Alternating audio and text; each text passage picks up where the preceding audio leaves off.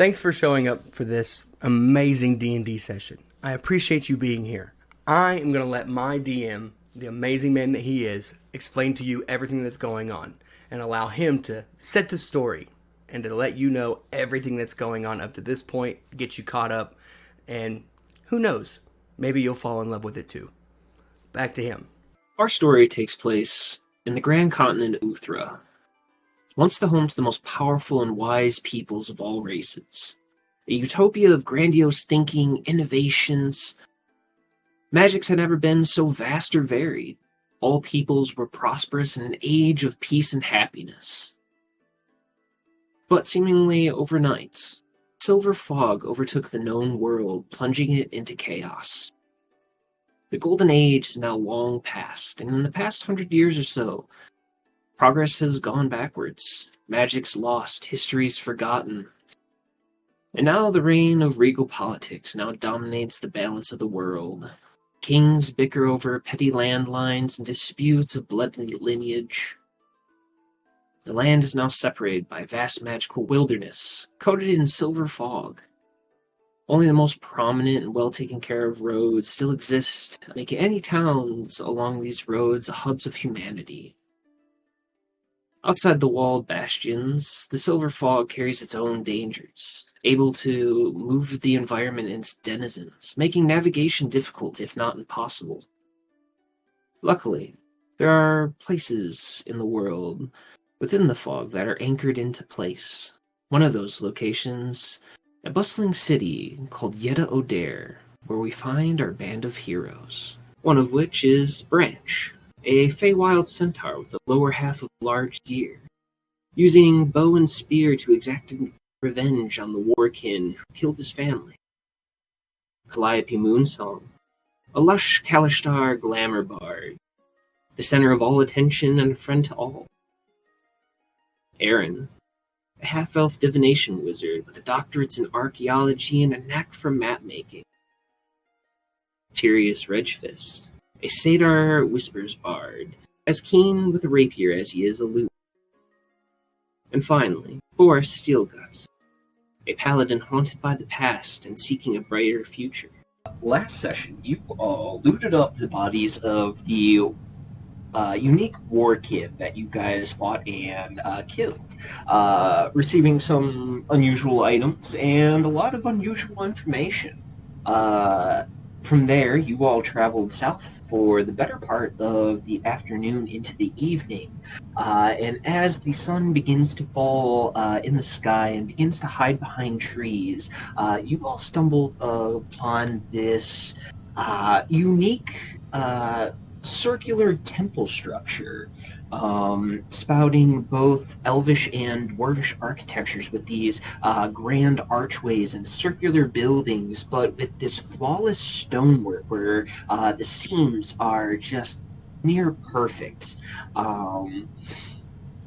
Some of you were fortifying a building to make camp, while Calliope flew up to investigate a giant kitty. And as she flies up to about an eye level, she notices that on this large tiger, who is currently sleeping on one of the higher temple peaks, roofs rather, you Calliope see a fair-skinned, red-haired woman sleeping completely in the buff on this exceptionally large tiger. And Calliope, from your point of view, this tiger is easily several times larger than our world's Siberian tiger, spouting these armored plates on its back and spiny protrusions out of its shoulders. This is an absolute huge kitty cat, to say the least. I think this is where we'll pick up as the sun begins to hide behind trees and leave for the day. What are you all doing? So I think where we left off, we were hiding behind the minor illusion mirror thing, right? Oh, yes, that's right. You guys cast up a fancy illusion to hide yourself. That's right. Give me a stealth check for those who are being sneaky. Okay. No. Yes. Love that. To be honest, the original plan was that we go and I think find a spot to sleep in or sleep at, but I'm not sure if we started actually deviate from that path. We did Yeah, find no, a we place to weren't. sleep. We found a place to Mhm. sleep.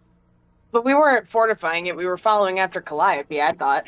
No, I was going inside the temple to check it out. Yeah, that's Yeah, Beaufort was That's going what I in was saying, regardless. is that I think Calliope's we already up followed there, them. so like, yeah. Oh yeah, I was gonna go. Brett's was gonna go and check on Calliope because I have like high movement speed. And Yeah, oh, we're some not. other stuff. Yeah, Calliope is so quite high up in the sky. She is like, She yeah. Yeah, she's like 60 feet up from you guys right now and currently Like, all- climbing. All we can do really is like go into the temple and hope we can get up to her, I guess. But for reference, the building you basically guys what you're saying is that the three. Go ahead.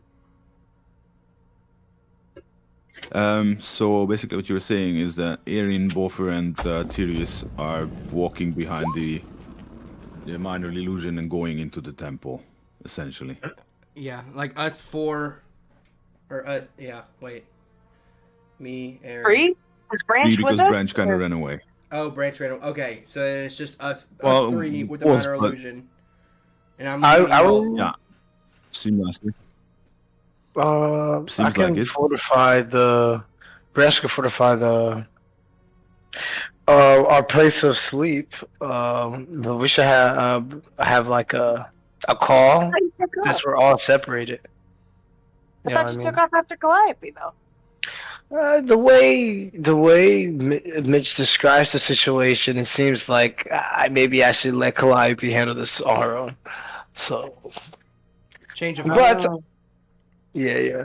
I mean, I got like 50 movement speed, so I'm sure I could like brute force jump up there, but Right, you like take off after her, and then she just keeps getting higher, and you're like, second thought. maybe she'll holler Later if she find needs out me. that Branch is half Pegasus. Yeah, Right, he just sprouts wings. I rolled a 14 on my stealth. I got an 11. You guys have inspiration? Inspire? Actually, no, I don't. I used it in the moment that Tyrius gave it to me. I used it, so I don't have it no more.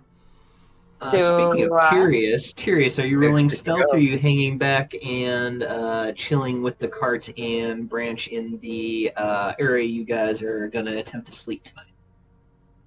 I think it's tagging along. Well, it doesn't really matter at this point because I'm playing the flute, so I guess I don't really have a chance to just roll stealth. I mean, you could always roll at disadvantage and hope that your dice love you tonight. Not stealth flute. Playing the flute. Stealth flute. Dude. Okay, you know what? Stealth I'm going to Stealth I'm flute. going to try. Yes, I'm going to try it, but Why? I guess if are I you- fail, it's gonna be the same as. This I is told so. Yeah, that's true. Can you Okay. inspire yourself with your stealth? Can you inspire yourself? Unfortunately, not. But Yo, stealth flute, stealth Six. flute. Ooh. Mm.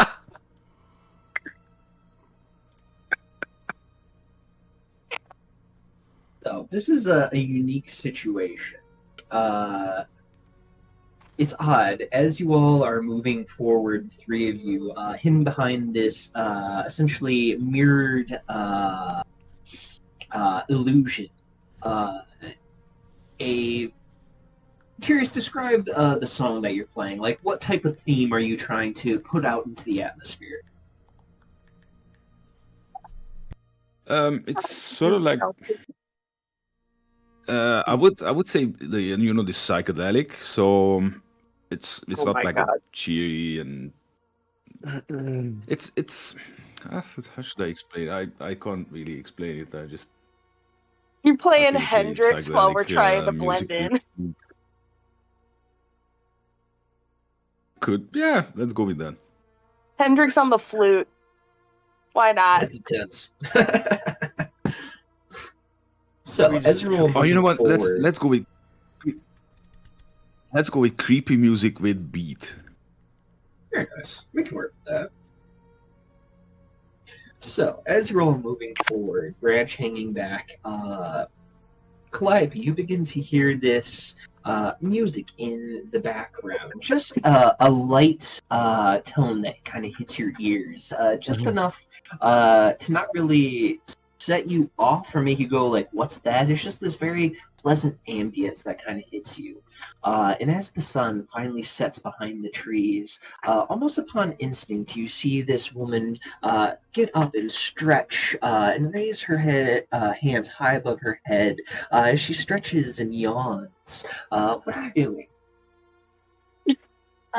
Calliope is going to start to sing about this beautiful woman in this desolate place, snuggled up with this beastly protector, kind of softly.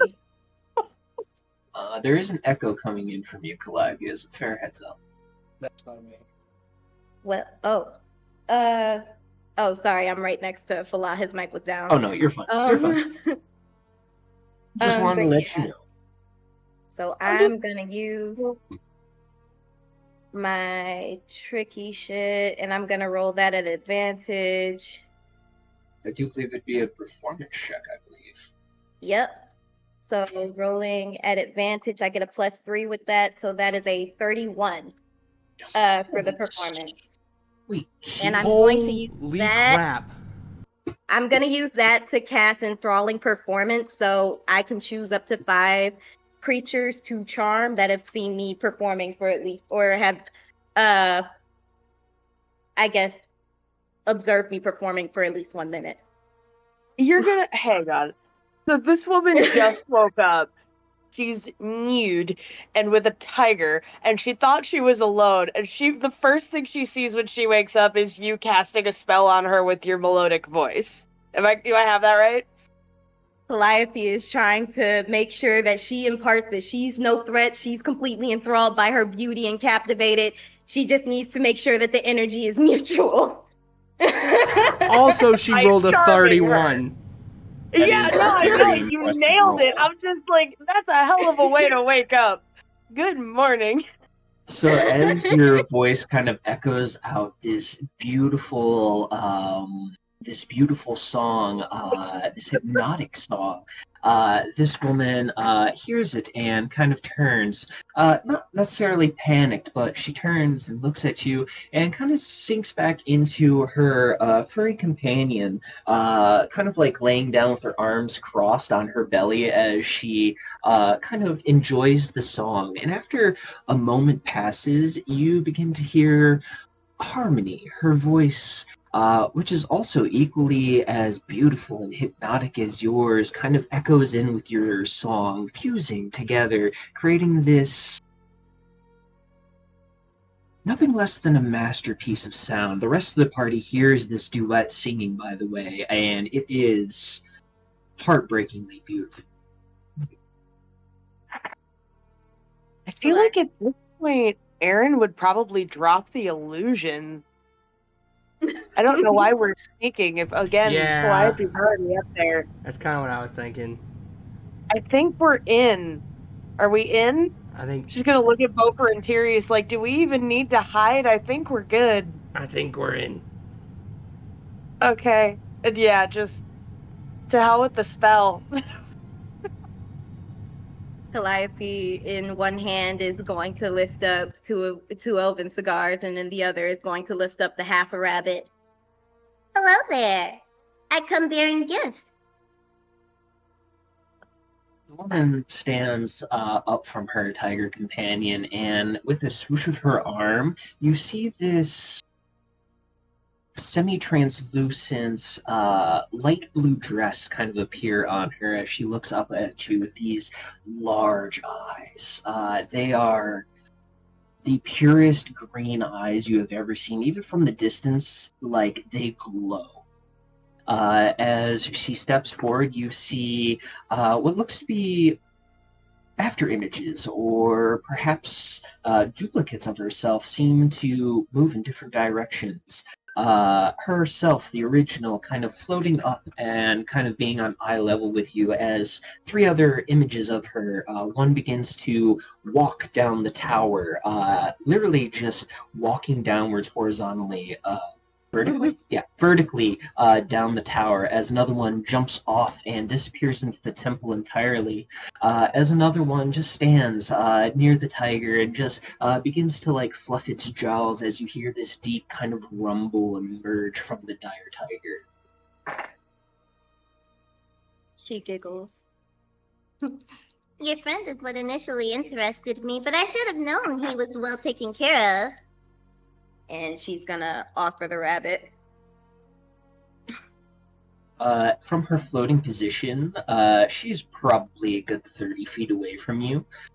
You blink, and she is in front of you as she takes the half of the rabbit and simply just bites into it, like a ripe apple.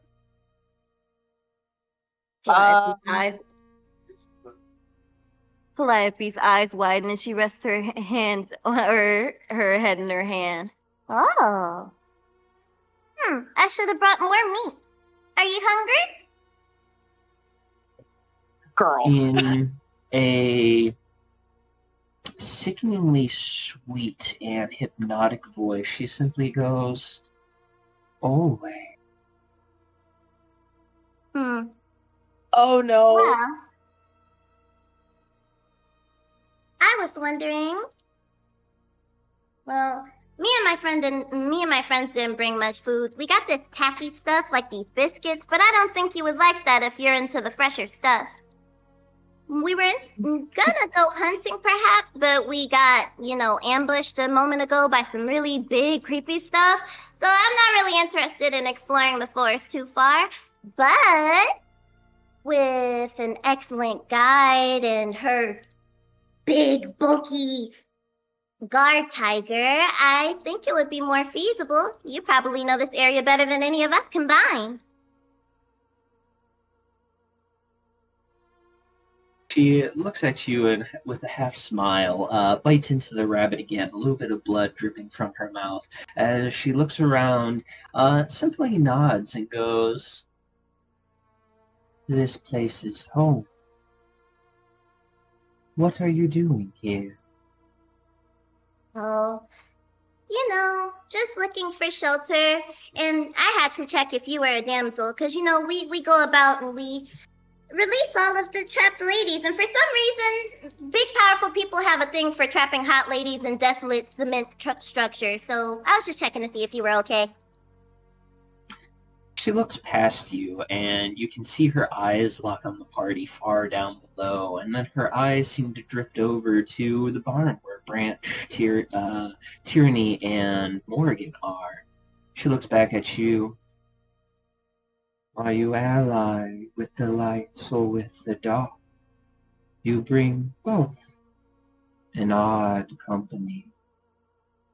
Well, yeah, that's the thing about us. I wouldn't say we're allied with either. We kind of dabble with both.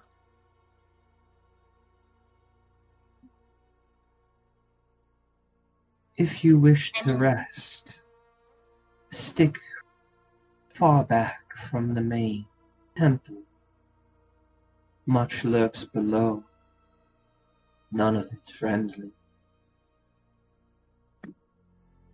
You don't say.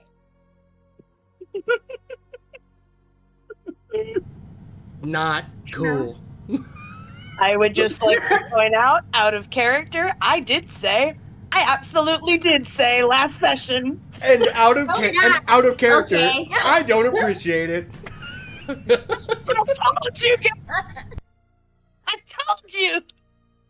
Listen, I was among one of the voices of reason until Mitch pulled out a tiger and a hot lady. He used kryptonite. It's not my fault. Do that. You just didn't listen after that. What is it with you and hot ladies?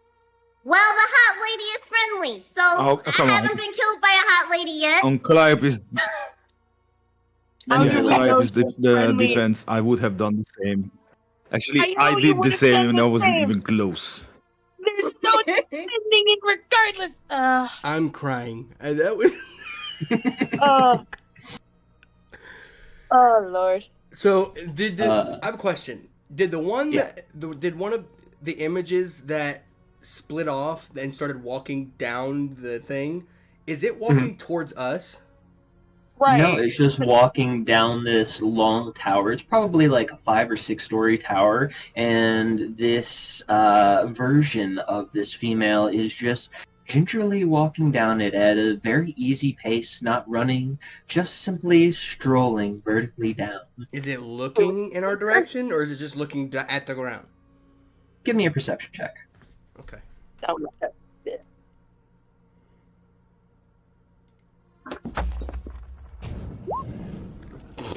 God, this music is so fitting. Okay. All right. Hold on.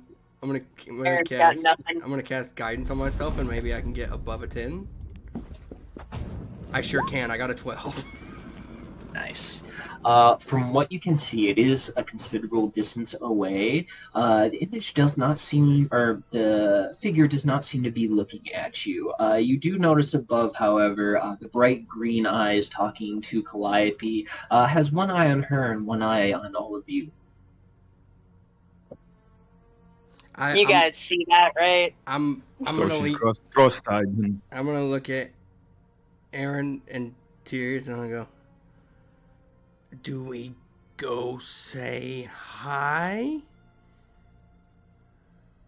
Well, I feel like it's rude not to at this point. That's kind of what I thought. My protestations aside, I want it noted for the record. I said this was a bad idea before she flew up there. Hey. Calliope's gonna mind link with Aaron, not knowing any of this is going on.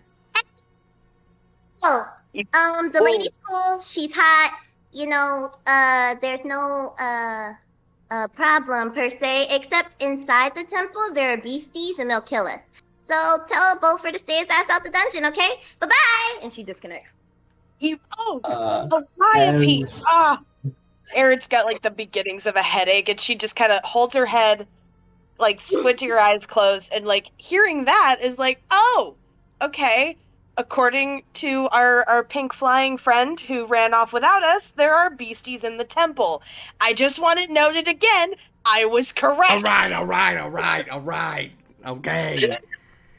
Jeez. Jumping back to Calliope, as she elaborates, below the temple lie undesirables, unedible, unpleasant noise. Not unedibles. Well, I just watched her eat a raw rabbit, guys. Yeah, unedibles. Tainted blood, tainted meat. Undead. We fought demons. Yeah. Okay. Great. Again, well, I mean, are you still mind linked with me? Do Well, I hear any of this? No, I immediately disconnected. I was just letting. Yes, so we don't hear any of this. We're all just outside. Like, do we go in or do we stay back? I would like to point out that unedible and undead, those are kind of different things. So Because in my mind, I'm thinking unedible. She just ate a raw, fresh rabbit. I'm thinking, okay, she wants raw, fresh meat, not decaying meat. And my first thought was undead. Or it could mean there's other, like, ghosts and stuff. Like, we don't know. Let's just not go there. Oh, you don't want to go there? You don't want to go into the temple now? Because you wanted to go into the temple 5 minutes ago. Let me let it be known. I still want to go in the temple. Okay? Yeah. I still want to go in there. You do? You do? Yes. With the beasties in there? How often do you blink? What?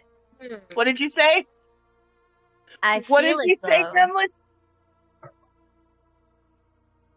I feel as though if Calliope would be absorbed in this woman, so I would think she forgot to blink. After the first time, she was like, zip in front of her. She begins to not necessarily like pace back and forth as if there's solid ground beneath her. Mind you, you're both floating like 60, 70 feet up in the air, and she just seems to be walking You don't see her clothes seem to move like she's using the fly spell or float. She just seems to be walking back and forth, her large green eyes kind of drinking you in before she goes. You're familiar, but different. Why? Hmm. Well, I was raised by dwarves, and you live in a dwarfy temple. You can? Your face. I have seen it once before.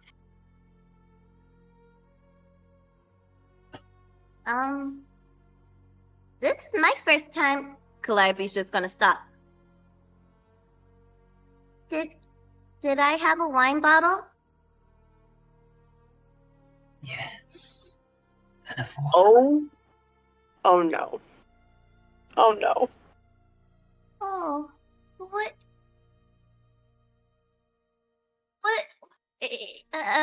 Calliope is just stuck. She's trying to figure out if she tells this woman she unleashed an eldritch entity that stole her identity, or if she plays it cool like she lost her twin and she just wants to know what's going on. Oh no. As you have this moment, I imagine you blink and you suddenly feel a hand go from your left shoulder over to your right. Just this very light, icy touch. Can we see this? Yeah, what Oh, yeah. do we see from the ground?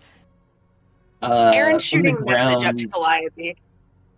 on the ground, you guys would just see this woman just shift very rapidly behind, not in an aggressive manner, but just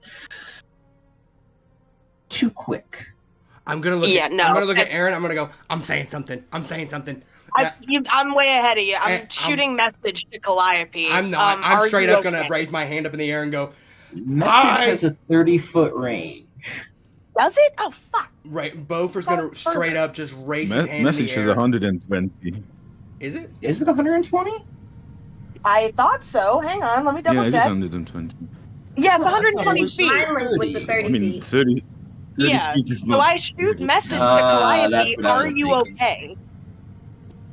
Calliope's What was gonna that? Are mind- you okay? Calliope's gonna mind link with Aaron. Bofer. Grimilda. What? Bofer's going to I think she shoot. knows Grimilda. Oh no. I'm sorry. Hang on a second. Say that again, Calliope, because I think she knows Grimilda. Oh no. Bofer, you aren't familiar with Grimilda, right? I have only been told to stay away from her. That's it. Okay. But Don't tell Tyrius Grimilda. remembers Grimilda, right? Because Tyrius, you were there in the dungeon with Calliope with the whole Grimilda incident, right? The first time? Yeah, he scooped me up and he popped our game of Well, I'm kind of. Yeah. I'm a bit quiet right now because I had to figure out who that person is or who that creature is. But now that you mention it, that we met together with Calliope, yeah, I'm in picture. The Yes, friend I've she made seen, in the Marionette seen, felt dungeon, yeah. something. Yeah, I'm gonna yeah, look yeah. directly at I'm you. with you now. Bofer wouldn't know, but I'm gonna look directly at you and be like, she either found Grimilda or found someone who found Grimilda. This Yes, is but bad. do you say it out loud, or are you just Yeah. talking to her? No, because I can't mind link. I Go can ahead. only message or say it out loud. So I say it out loud to you. Okay. Well, I wanted to say that I'm going to look at Calliope, but then Calliope is basically like, what did you say, from us? Yeah. Then I'm going to look at you with, this completely like lost face. Yeah. With the kind of, oh shit, not again, kind of look. Yeah. Well, let's see. Calliope kind of did something. I wanted to kill her. She obviously didn't, so I'm not sure how she is. She either wants to kill us or not. That's about the extent of my knowledge. You have to ask the pink girl, really. Bofer is She's the psychedelic one. as soon as Bofer sees that woman move around and like have an arm around Calliope, even though you say it's not aggressive, immediately all fear in Bofer turns from fear to it does not matter anymore, and just hi, how are you doing? Oh my god, Bofer. But What are you doing? She's by herself. What do you mean? What am I doing? Bardic inspiration. I'm okay. Eric's just gonna shout out, "Are you sure?" Calliope's gonna. Figure by you, Calliope, just goes, "Your friends are very loud." Calliope is going to do her damnedest to glare down, and she's going to keep mind linked with Aaron. Shut the fuck up! If I What think is she that- doing? Let me finesse my way out of it. You finessed your way into it. Can you I finessed my way out of the last Yeah. one. Still let me go. Can you- We were fine. Okay. Can you transmit this live? So basically, you don't have to repeat everything that she says, but you can just sort of like record it with your eyes, and it automatically transfers to Aaron. What? Or you have to repeat it every time. It would have to be repeated. Do you know when, for instance, now, do we stream it live, or she has to repeat it every time with like a delay? I feel like I could project the memory, but it wouldn't be like Yeah. in real time. It would be Okay. Yeah, we can't But see that's what just she meant to, sees yeah. or hear what she hears. She has to, yeah. Hmm. Which is unfortunate, but you know, nothing he can do. Yeah, well, it was a good Calliope. idea. Maybe a homebrew for next time. Maybe. Yeah. I feel like there are spells where we could see through each other's eyes. I'm not suggesting and not bullying the DM into everything. But I mean, if there's a concept you want to work on, send me the specifics and we can definitely workshop it. Always down to make the game a little bit more fun for everyone. we love it. He is with the shenanigans. But Calliope is gonna look over to the redhead and trying to swallow her fear. Do you want to play a game? Oh my god. The figure, again, kind of like swoops around to your side, her hand still on your left shoulder as you feel her cold fingertips kind of begin to caress your collarbone, just ever so lightly. Her eye contact is piercing and intense, and you just can't help but lock eyes with her. It's an unusual feeling. Calliope's going to swallow hard, but fight the urge to shudder. What kind of games do you like? I have some rope here, or some web here. We can make a jump rope. What game? A curious look in her eyes. Calliope is going to ever so slightly shift in the woman's arms so that she's crossing her legs and kind of sitting and leaning back in her grasp leisurely. You do them for fun to pass time. You said the things in the basement are inedible and indecent, so you probably get lonely out here. I mean, you got your big furry friend, but what else do you do for fun except find things to eat and keep those things in line? We survive, learn, explore. Would you like to explore? That sounds fun. Or if you want to learn, I got some cool books here, and she's gonna rifle through her bag, find her books about potions and plants. I'm an alchemist, or I'm studying to be one. So I read for fun sometimes too.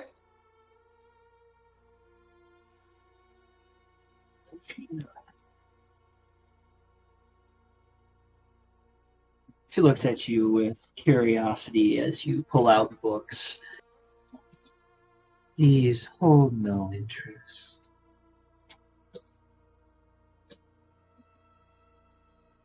What you say? These hold no interest. Ah. So how do you learn? Observation. Stalk. Hunt. Well, forgive me, but I don't want to be hunted right now. Kind of If you smiles at this, and you notice that she has very pronounced canines.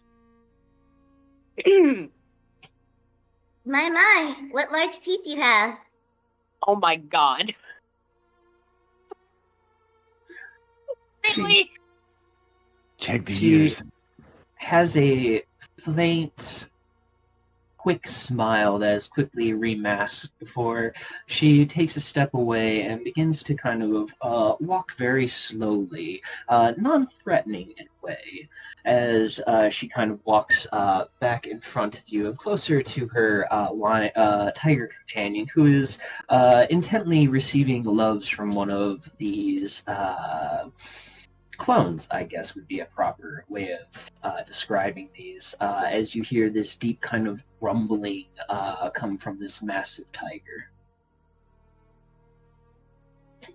What is your purpose here? Why this place?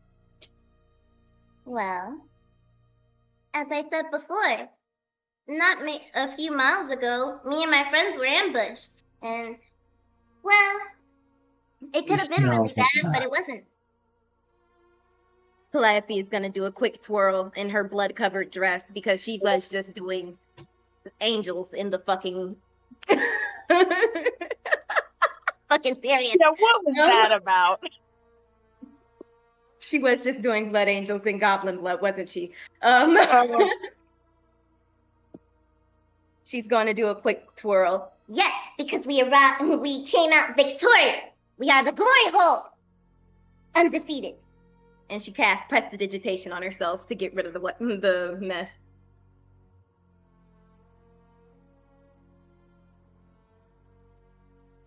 And looks at you up and down as your dress suddenly becomes clean. She looks at you again and goes,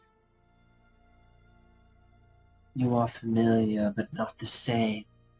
In a very quick motion, a very gentle but firm hand, it closes around your throat. Do we see that? You do. Yeah, so I don't know about the rest of you. I'm running into the temple. Are we going? We're going, right?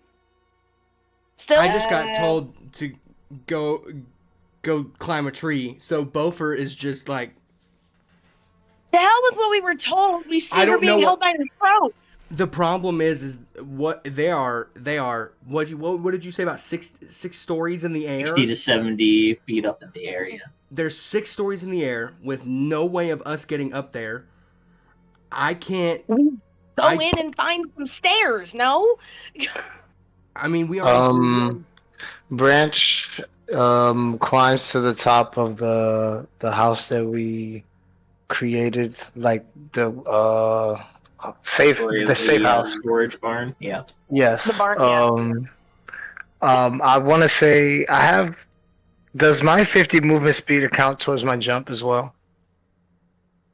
My 50 no, feet. your jump speed, I think, is 30, unless you get some crazy feats that add to it. But your movement speed is just to your overall pace per turn. How far could a Misty Step get me? 30 feet. Mm. So could I Basically, if hypothetically? you run 50 and then you run 30, that's 80. Well, also, you guys still have to enter the walls of the area. Then there's a secondary layer, and then you actually get to the ground floor. And they Wait, are, wait. like I said, floating pretty high up. Bo- Like, this is Does a the- walled complex. Beaufort Does takes the off Misty running. Step? I was gonna say, does the oh okay? Does the Misty Step account for vertical as well as horizontal? Yeah. Like you could Misty Step like Mhm. up 30 feet. Okay, because Aaron also has Misty Step. If there's a way to get like up to a ledge like 30 feet below them, and then up to another one like to their level, or does she have to? How far away are we? You would What would- need to have something to stand on to like secure yourself. Otherwise, you're just gonna plummet 60 feet and take quite a bit of. That's fall what I'm damage. saying. That's what I'm saying. Is I'm Like, trying to see if there's You like a could ledge or something probably in misty front. step to like the top of this like bald tower here. It does have a flat surface on top, so you could definitely misty step to the top of that. Hear Which me one? out. I did make my whole character around scaling things with my spear. Is it possible for me to at least get like 75% of the way there, doing a running jump, misty, and then using my spear as a ledge against the wall if I don't make it atop the walled structure of the temple? Give me an athletics check if your heart is set on this. I am Well, doing something akin to what I did when Gaston threw his tower out and I climbed it with the spear. Right. I remember. Yeah, give And me an also- athletics check, and while you're doing that, Aaron, feel free Um, to misty step yourself. Can That Go So ahead. which And right next to the 20, yes, it doesn't. Yeah. RIP. you if you could said ping it on the map? Can't you sit on your back? It'd actually be like right there. It'd be at the top of this tower essentially. This So, yeah, if I were to shift your token up, see This one this? here? Okay. Yeah, so it'd be this one here, right next to you guys. Okay. That works. you and then said could I miss the step again to get close to them? It's more than you'd be able to misty step to like the outer part of the wall, or the inner part of the wall, I should say. Okay. But you're still going to be like 40 feet below them at that point. Right. That's what I'm and- saying. I'm trying to see if there's like if there were like a ledge below them or something that I could get to that's 30 feet up. But if not, I'm kind of fucked. Branch. All right. So you said the sun is set? Oh At yeah, this the sun point? is now pretty much completely hidden, and darkness is quickly falling. Good. So Calliope gently is going to look into the eyes of the creature, grasping her neck. It's I a understand firm but non-threatening, like pressure. She's going to gently caress the wrist a little bit. I understand it's disappointing and a little confusing when you miss your friend and you think you see him, and now all of a sudden somebody else is here that looks like them and it's not them. That must be a lot. But I mean you no harm, and she came from me. The only reason she's wearing my face is because we're friends. And we were supposed to play a game that we never got to complete.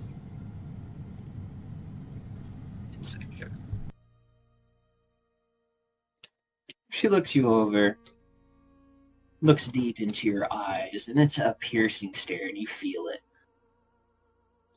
She, with her hand still around your neck, she pulls you in just a little bit closer, just to where her elbow begins to bend. She goes, "If you are to rest, go to the outskirts, large buildings. Be very quiet.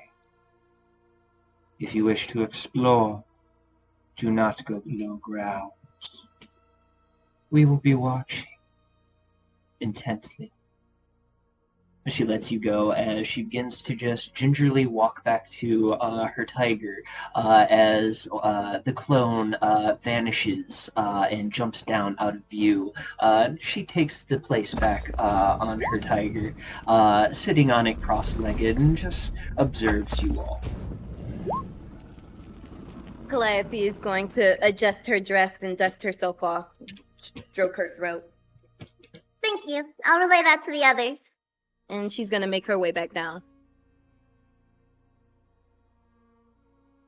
But I guess she's going to meet Aaron halfway up. What is up here? What the hell happened? Are you okay?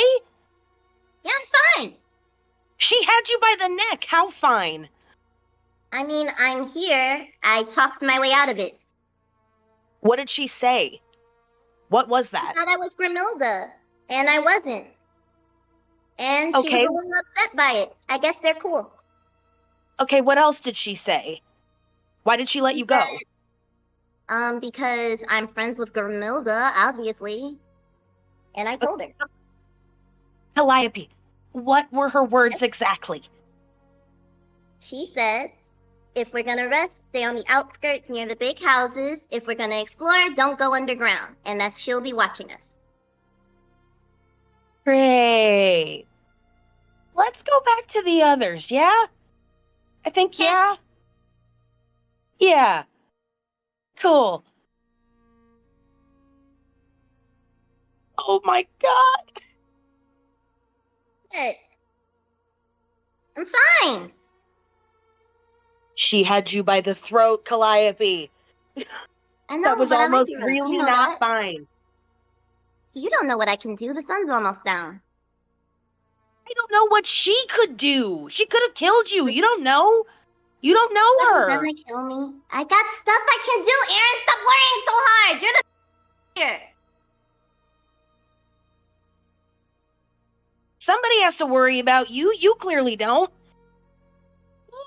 Yeah, but it works out so far. Until the day somebody kills you. Oh. Aaron's going back to the rest of the party. When you start to go down, you see Bofer like halfway up the wall, not quite making it, trying to climb the wall. Never mind. I rolled She's I rolled a fine. 12. False alarm. The being that had her by the throat let her go. We're fine. Yeah. I told you guys I was fine though. I told you to chill the fuck out. Until you weren't fine. Aaron's still But just I like pissed. I was still fine. God damn. You guys overreact to everything. You by the neck. Oh. What Never mind. happened? Calliope talked your way out of Calliope, it. We're what fine. happened again? Calliope's gonna go into her bag and hold out a jar full of the poison needles from our last fight to Tyrius. I got a present for you. Real mature. What am I supposed to do with it? I don't know, you do poison stuff. Use it as ingredients. Well, thank you. So, again, what happened?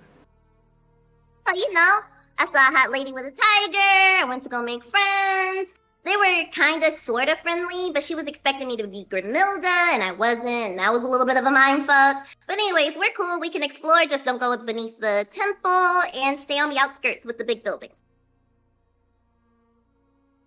Oh, if we're gonna sleep, stay on the outskirts with the big buildings. Do not sleep in the temple. There we go.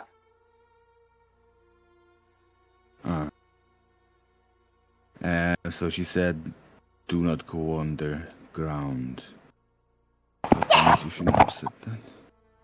Do we see the multiples It's like going... flanking us right now, Mick? Yes, you do see clones of her that are currently all perched in identical fashions as the original. Just all watching from various angles. As she said, she is watching intently. Hmm.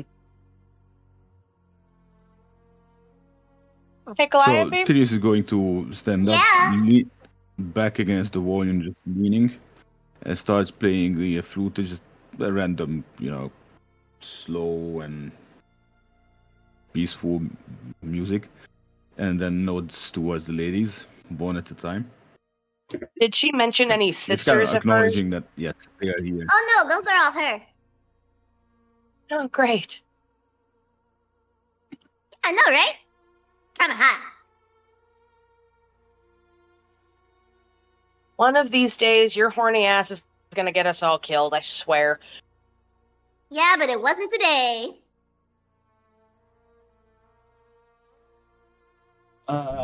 Curious, Again, give I me think a she has quite performance good check. taste. Actually, I'm not going to have you roll I for this. can't move my token. Oh no, it's probably because I generated it. Feel free to drag and drop a new one, and I'll delete this token. It's because I grabbed it from my repertoire, so it's under my direct control. Who needs to roll a performance check? I'm not going to have you roll it. Yours was decent from earlier, and they overall like music. And as you play for a few minutes on this flute, you suddenly hear like this very melodic and synchronized voice kind of play in tune with your flute. It's odd. It's not quite hypnotizing, but it has this engulfing quality to it where it synchronizes and melds with the sounds that you're making.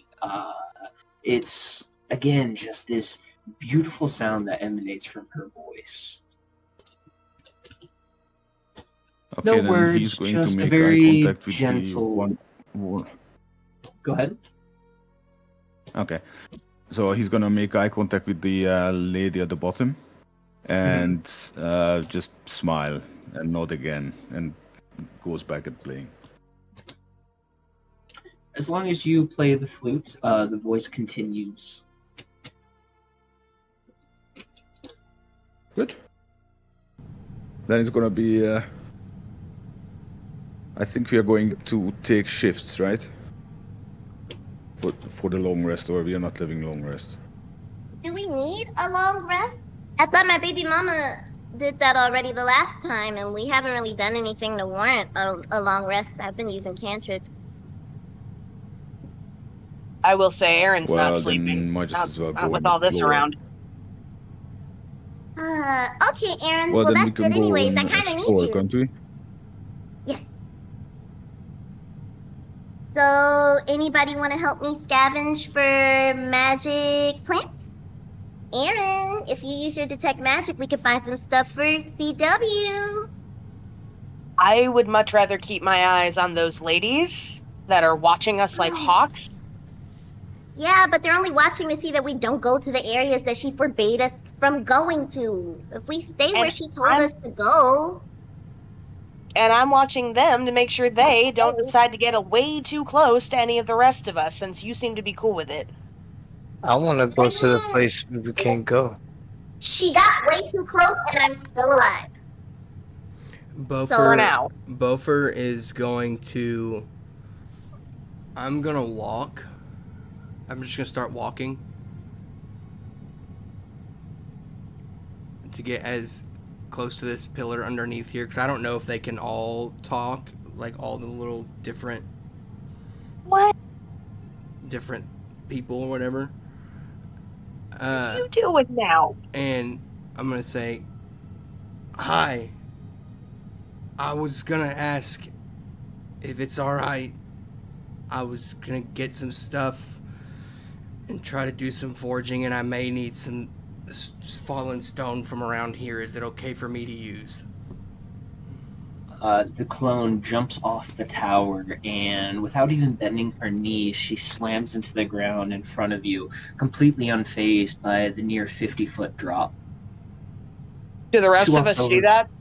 Oh yeah, you guys would hear the thump as she lands, as she walks towards you with a grace and a silence. Like she makes no sound. Her footsteps, her clothes that she's wearing, there's no rustle of cloth, there's no rustle of hair, there's no sound of her breath. It is silence.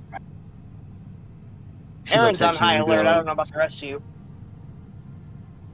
Stones take what you like. Granites, in the outskirt buildings. Marble below. Do not go there. Metals in the temple center structure. Warehouse. Be very cautious if you brave. Would you... Bofer is in an attitude of, I'm over it. At this point, Bofer's over it. He was so excited to just get to explore something that on the outside of things looked very dwarvish, and it's weird to him that there's dwarvish things in the south. So Bofer's like, and now he's just over it, and he's like, if I go inside, am I gonna die? I just want to forge. It helps me become level-headed. It helps me calm down. It helps me to think. It helps me to be a better man, to just work with my hands. And if you are okay with it, I would like to get metal and stone and try to make something, or just spend my time forging. But if I can't go inside, then I won't go inside. Her bright green eyes lock onto you as she is intently trying to read your intentions. But Very slowly, if she makes an raises inside, up. Bofer will willingly fail. He's like, go ahead, do whatever intention check and insight check you want to do. And fully invite her to read me. Very slowly, she raises her left hand and puts it on the side of your face. Very gently, an icy touch. There's no ill will or ill intent behind it, just an almost human expression of caring. Or feeling what you feel. You are haunted. We know this aspect. It's not great to see something that reminds you of home and gets you all excited and then be told no. And so I apologize. May I speak frankly with you? Bluntness is preferred. What you New say? languages, honesty is preferred. Oh, gotcha. Bluntness is preferred. New languages, complex, hard to understand. Understand that very much so. I've been through a lot, and a lot of my friends have as well. It would be nice to just do something that I was raised to do instead of have to think so hard.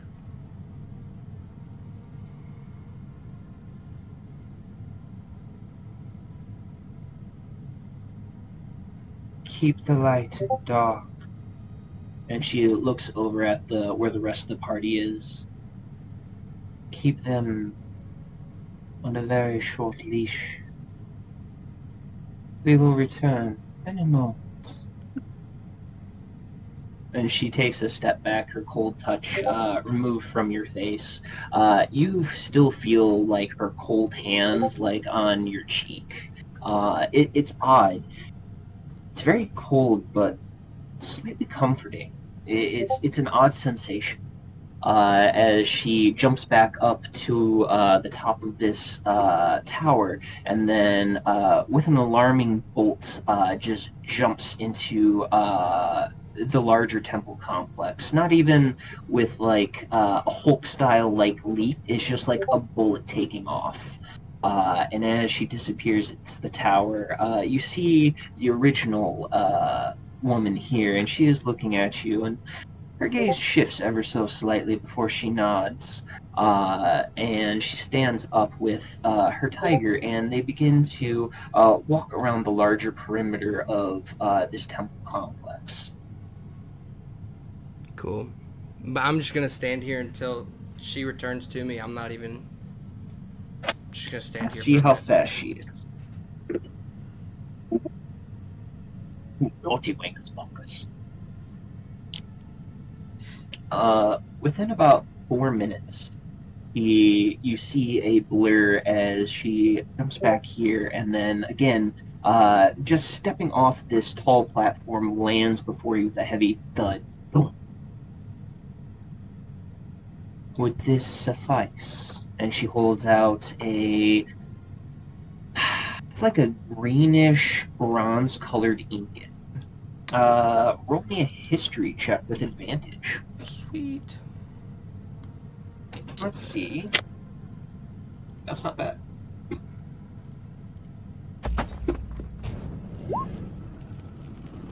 Oh, it didn't do advantage. Oops. Roll again. I'm gonna cast guidance on myself. I got a 14.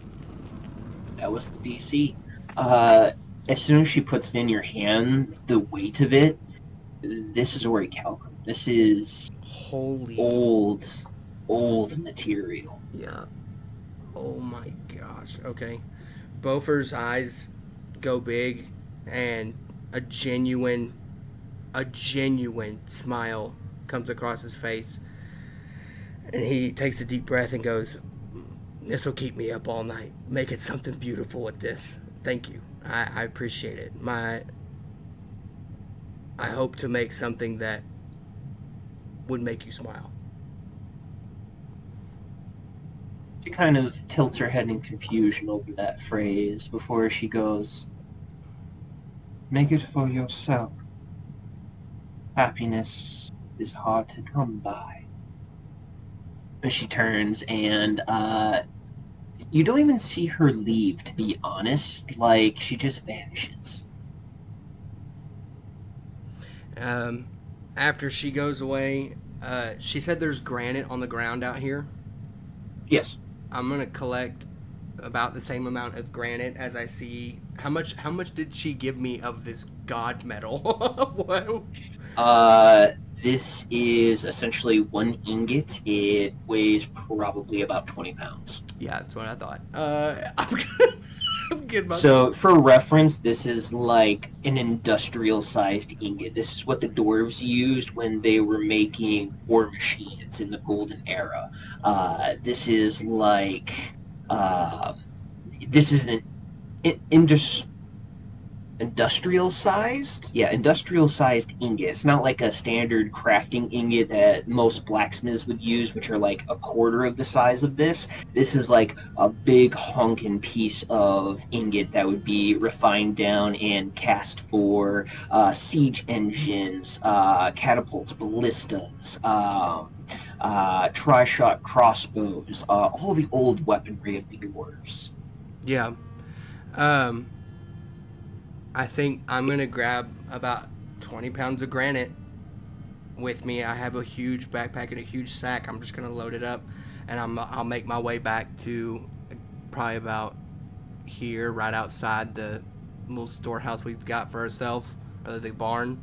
And I'm gonna look at everybody and go, I'm gonna go chop some trees, get some wood, make a fire. If anybody would like to come with me, you can. There's quite a few downed trees in this area. Long, dried, and some of them half rotting. Excellent firewood. Oh, okay. Then I'm just gonna start. I'm gonna start making a fire if anybody wants to help. Tyrius is going to offer and looks at Erin and says, "David Calliope, I'll go with Boffer." I'm not going anywhere. I'll stay right here. No, you stay with Calliope. That's what I'm saying. Is that that if she's here, I'm Yes, here. but, That's what I meant. If she's going, Oh, Calliope Follow. has already wandered off while everybody was turned around. Are you serious? oh, like a For double fuck's FS. sake! That's exactly what I meant. While this is also going on, I extend that offer to help me with firewood. Are Morgan, Tyranny around? Morgan and Tierney are having a conversation to themselves, kind of sitting down. Tyranny is not smoking at this point. She seems to be sipping on a small flask of some sort. Morgan herself seems to be writing in a notebook with a pen that seems to move unusually fast. She's not writing herself. The pen itself is just floating and scribbling at a frantic pace. If they make eye contact, The fact that she's not smoking. So the fact that she's not smoking, is that out of the ordinary, or it happens Yeah. usually? So she's a casual smoker. I mean, I think almost. that means things are serious. yeah, she seems. Yeah, to she does love a good cigar. So the fact that she's like dialed in, not enjoying So herself, but basically- like is here. Yeah. If they make eye contact with me, I'm gonna raise up my ingot and say, know any cool things that I could make out of this? Morgan is wholly enthralled in this conversation with Tyranny. She is mumbling to herself, and her notebook is just scribbling psycho fast. Tyranny kind of like looks over at you and nods. Appears to be a piece of old siege equipment, ingots, some sorts. Cool. I'm gonna make a really awesome. Like Beaufort's like stretching and like getting himself ready to actually like attempt to forge. Starts, cracking his knuckles, cracking his neck, stretching, and he's like, I'm gonna make something cool out of this. I don't know what yet. Curious if you'd like. Just so you know, Orichalcum, you will have to make a hell of a fire to get it hot enough to start shaping. Well, I have that forge. You do! I keep forgetting about the forge tongue every bloody time. I love it. You're gonna have to do some like windmills to limber up your arms for hammer swinging. Yeah. So, but Beaufort's gonna look at Tyrius and go, if you'd like to come help, you're more than welcome to come help me. I gotta make a fire for keeping the metal hot. I have something to get it to temperature. I just need something to keep it hot. Yeah, I think at this point it's not a you can come. Oh, okay. Especially not if you want to come. Yeah. So I guess I guess similar to the same spot that we were already at, because it looks like there's a wood pile there. I'll start gathering wood from like this little pile there, and just start chopping away at it and making first small kindles and then chopping things into bigger pieces. That way I got big enough logs that'll burn for a while. As you're like chopping into these trees, some of them shift, and you notice amongst the broken trees and broken rocks, there is a what appears to be like a half of mechanical hand. It looks like it's middle pointer and thumb of a mechanical hand. Like a prosthesis? Yeah. Is it like something that you could slide, like if someone had their arm cut off at the elbow, they could slide their nub into it and it would act as their hand, or is it like a full-blown arm? It is situation? just the middle pointer and thumb of the hand. That's all that you find. It's just these three fingers. Like maybe it attaches at the wrist or something. Like Maybe.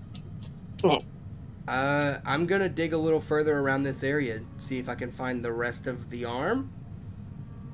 Give me an investigation check, since that's how it's kind of sounding like you do. Yeah, I'm gonna. If Tyrius, did you walk over with me?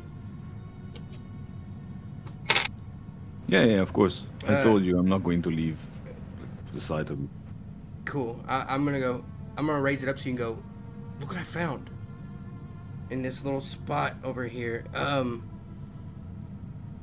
Look for the rest. Look for the rest. That way I can make sure I have somebody else make one too.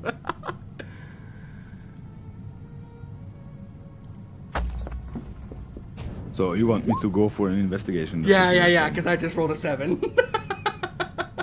nice. Calliope, And I'll what are you cast guidance. investigating? You have bardic inspiration. Oh, bardic inspiration. Okay, I cast guidance on you as well. Yeah, I gave it to you in the beginning of the session. Calliope, what are you 10. investigating? Oh, I got a 10 See too. you. Roll a d4, Tirius. While he's doing that, I was looking for plant. Ah, very nice. 12. 12. Yeah, you got higher than me. Alright. With a 10 and a 12, and then we'll jump over to Calliope. You guys find what appears to be like an armor piece for like a kneecap. And then you would also find what would be like half of a mechanical jaw. Did you guys find pieces of a warforged? How big are they? It would be equivalent to like a human. At least by the proportions of the pieces that you found, it would be very human-sized. Probably averaging between about 6 foot average. So, me and Tirius have got Uh-huh. the first 3 digits, a jaw, and a kneecap. Mm-hmm. I'm gonna take all of them and bring them close together and see if any of them react like electronically or make any kind of buzzing noise or humming noise. No, there is no connection or reaction that happens to be. These are long dead bits of metal. Do I know what kind of metal they are, just off looks? Give me a history check with advantage. Uh,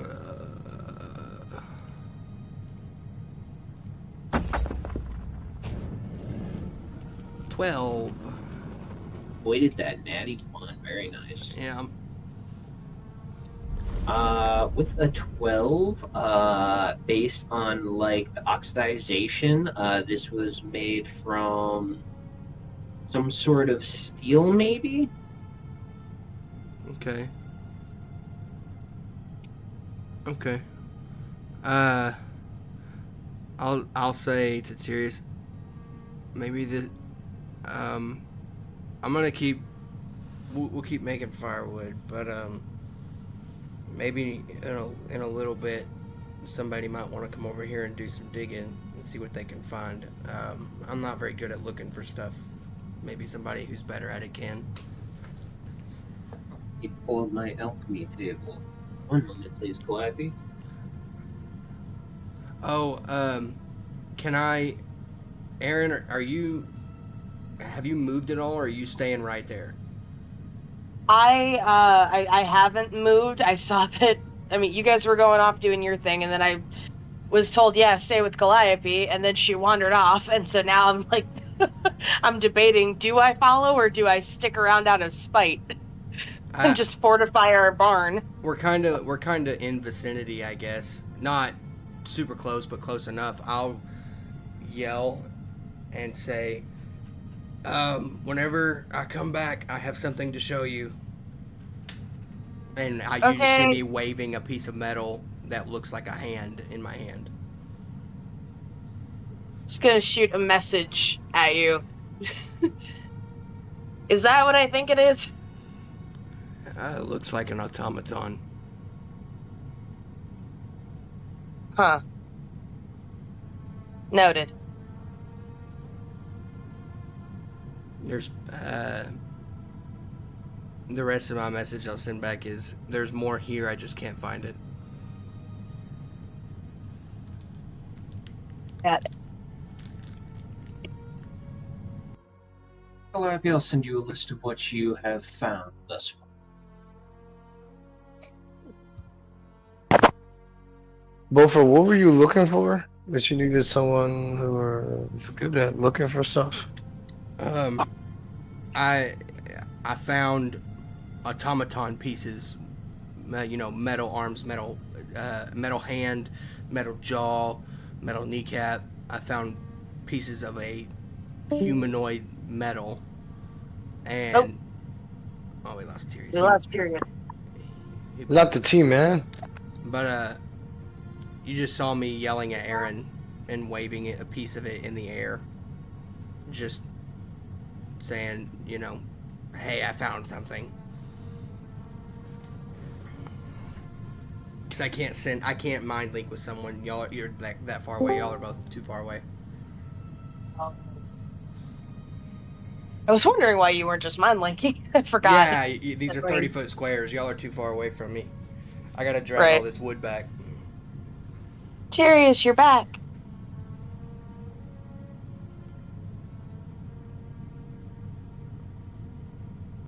Yep.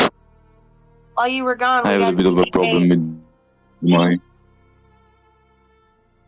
Ha ha ha.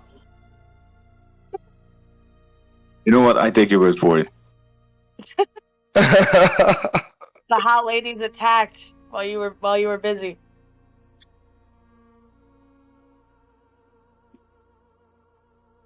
Well, I was gone for what, 10 seconds, maybe 15 at most, so you guys suck at that. That's all it took, man. You just got That's all it TPK'd took, without you're back. even 5 seconds. After we chop up some wood, I'll look at Tyrius and I'll say, appreciate the help, man. I really appreciate it. I need to do something with my hands. I need to get out of my own head. But I genuinely appreciate. I gotta get at this metal, and I pull out the ingots, like 20 pounds. I'm like, this metal is used for heavy, and I cannot emphasize this enough, heavy equipment. It is a super strong, super durable metal, and I want to make something out of it, that would suit it. But to be honest, I just need to do something with my hands. So whatever comes out. Honestly, I just need to make something. I disappear for a second. Everyone, feel free to role play to your heart's content. I'll be back in like 2 minutes. I'm really, really, really struggling not to say anything to what you just said. Because this is a perfect "that's what she said" moment. Like, at least 10 times. Like, I have to do something with my hands, and no matter what comes out, it's like, well, I mean, That's good. That's good. That's what he said is on the table. I'll drag the wood back with it. your help, and I'll drag all the wood back and come back to the group, and I'll say, hey everybody, search the grounds, and I pull out the automaton piece that I found and point at Tyrius to pull out the ones you found, the kneecap and the jaw. I'm like, there's automaton pieces on the ground. I don't know if I could put them back together, or if I can, somehow melt them down and make something awesome out of them, or what. It's pretty much just steel. It's not anything. It's not crazy metal. I pull out the ingot that the red-haired lady got me, and I go, actually, the red-haired lady gave me this, and this is much more valuable, much more of a better metal than this is. So, I mean, I don't really want to melt this down and make anything out of it. I can make jewelry with it, but I'd rather try to find all the pieces and see if I could put it back together. She just gave you that? She didn't ask for anything in return? I just asked, and as I'm saying this, I just put the automaton piece back in my pocket, and I start throwing wood together and sparking it. I'm like, I need to do something. I need to make something, and I want to make something. I want to do something with my hands, so I'm just gonna. And he just hitting flint and steel, just Fire instantly takes to this dry wood. And I just need to make something. Miss Morgan, Miss Tierney,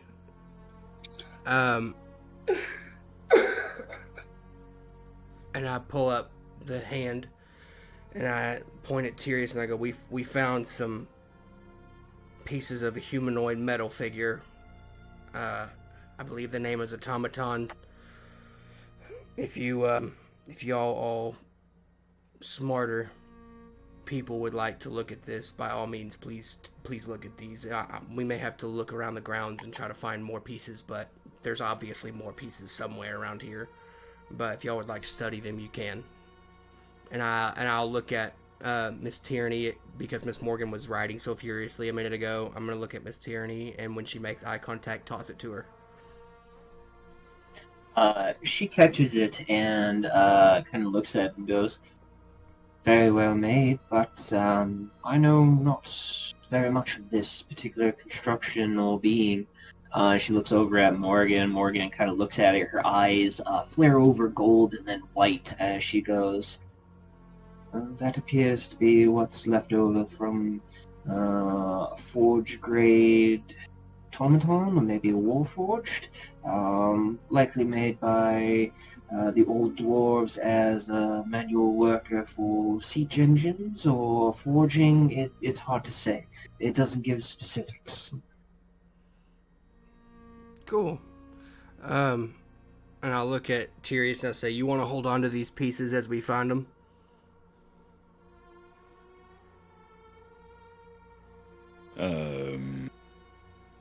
Well, whatever, I'm there, so. Why again? Just because if we find all the pieces, I'd like to put it together, and maybe there's something here that could, I don't know, enlighten some history upon my people. I don't know, something.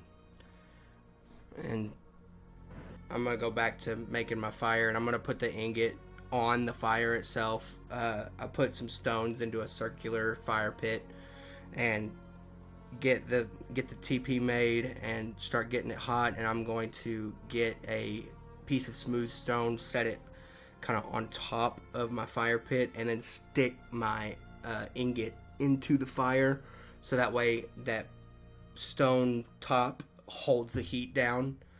And I'm gonna take my little torch tongue and blow onto the metal and start getting it hot. And I'm gonna after a couple minutes you just hear ping, ping, ping, just working away at it.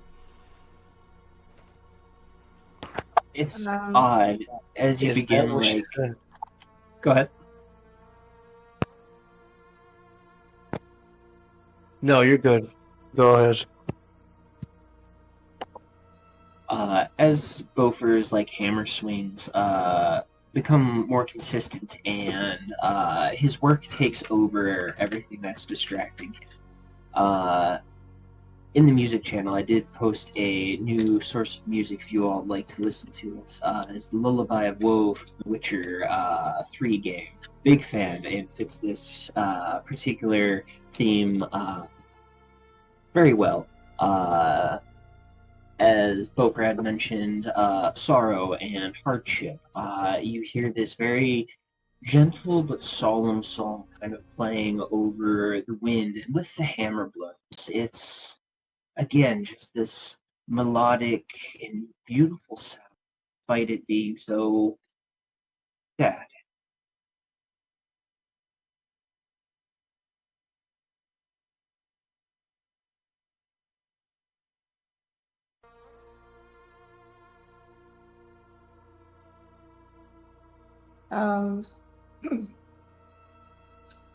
At this point, Calliope has been making trips back and forth from the forest, taking armfuls of herbs and plants that she finds, and she left her mage hand to set up her brewing and alchemy sets while she makes these trips back and forth.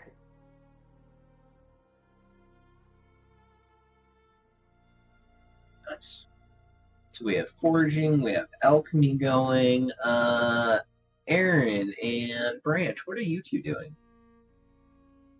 I would like to poison him. Well, absolutely. If you want to work with some alchemy and poisons, you're more than welcome to coordinate something with Calliope or do something on your own? Well, Calliope gave me loads of poisony thingies, so I'm going to just analyze those and try to, how's it called? Backward engineer? Reverse engineer. Okay. So the purple needles were from the giant tarantula goblin drider from your guys' last major fight. They do a considerable amount of poison damage and are surprisingly long-winded in their effect. If you wish, you can give me our Arcana check on them. Oh yes, I definitely want to. As soon as I find my character sheet. Arcana. Well, I'm not really proficient in that one. Aha, I 15. found a weakness. A 15. Taking a few minutes to analyze these. These are very long-winded. Normally, something like this would have an immediate hit, and then it would be basically rendered useless. The needles would probably disappear or melt down. The fact that these have been used and still hold the ambient effect means that these are an unusual strain of poison, whatever this is. You would recognize that this has a corruption effect. Interesting.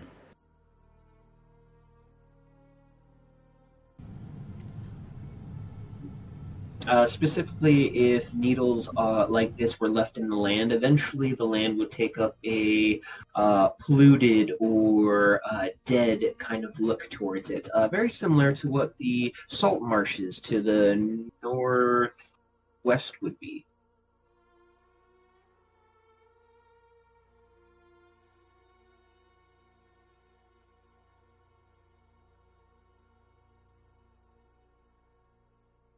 Say it again? So if the needles were left in the ground, eventually it would take up a polluted effect on the land itself, and eventually would shift to something resembling the salt marshes to the northwest of God, I almost said Alexandria, of Yedo-Oder. Mm-hmm. Okay. I take it We you're want to go there, doing. by the way. Oh yeah, eventually.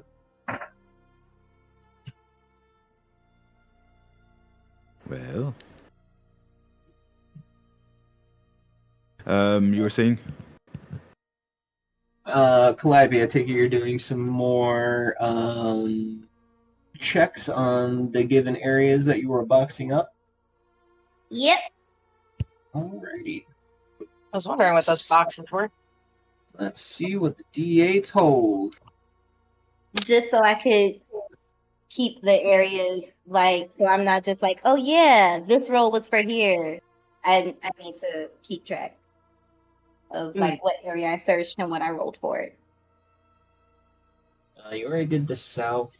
So the 18 is to the north, and then what is the roll towards the west? Well, give me a second.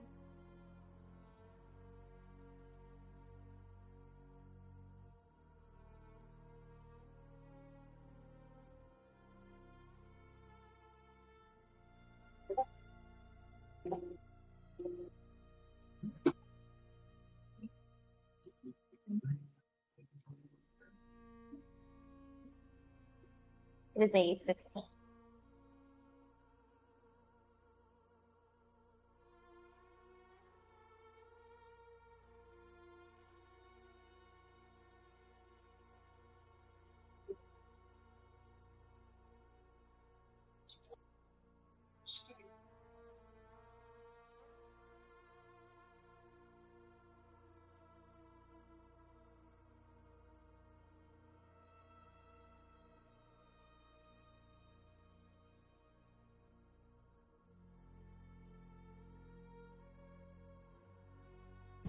So what are we rolling?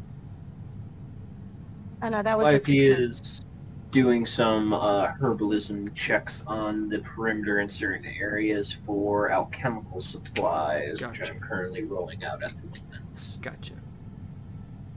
Mr. Branch, what are you doing? I You've could been actually very help with my quiet. gloves. Yeah, absolutely. Well, at first I was fortifying our safe area. Yeah, But absolutely. afterwards, I mean, do I have to roll for that? Will that give us I any real? mean, I would say this would just be something that you are used to, just because in your homeland it'd be fairly common for you guys, since you were more or less a nomadic tribe, that you guys would, build up quick structures and homes to settle in overnight, and then eventually return to like a major camp within the Feywilds, with the main clan herd. Yeah, herd would probably be the best terminology for it. So this wouldn't be such a big deal for you. This would just be I wouldn't even make you roll for it. It'd just be a very simple fortifying of the building, closing up windows, making sure the doors aren't rotted through. Just common sense things. All right, Could I cool. actually help him with that? Yeah, absolutely. So I was planning to cast alarm as a ritual on the door to the safe house that we've got. Yeah, Just, you know. absolutely. The door itself is about 10 foot wide, 10 foot tall, so it wouldn't be very hard for you to cast the alarm spell. Anything that would attempt to break open the door would probably automatically trigger it if I'm reading the room correctly. Yeah, it'd be the audible alarm, like the last time I used it. Very nice. Within 60 feet of the warded area, if anybody gets close, that I don't determine. So, like, obviously the party can go in and out of the door, but anybody else that might be lurking out in the dark, I'd rather they don't get too close. Absolutely. Alrighty, I like that. How long does that take in relation to what everyone else is doing? I would say it'd probably take the better part of an hour just to make sure that everything is up to par and up to standard. Which Okay. would probably be about the same time that Calliope and Tyrius wander back with arms full of goodies. Calliope, I'll send you another text with your loots from that. Alright. Yeah, I got potions to make.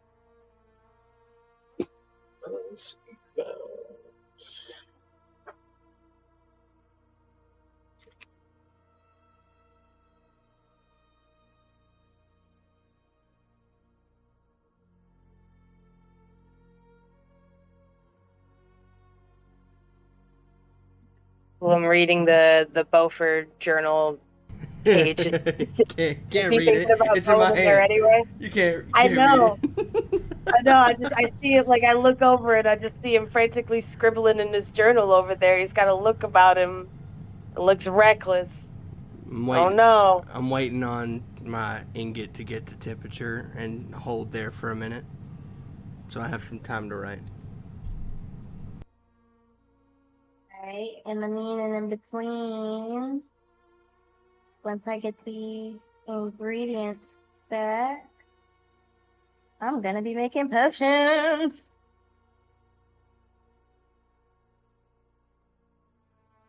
What do you think a merc root does? It grows near pollution. Merc root? Yeah.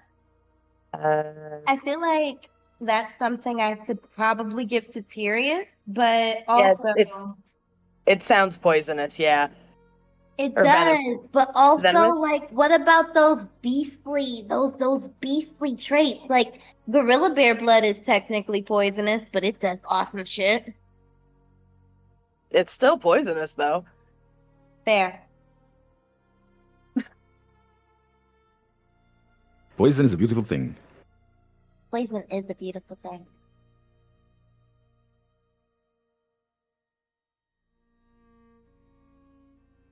I don't know. Aaron again is still like sitting. I feel like by the door of the building, still like looking out keeping her eyes on the ladies that she can see out there.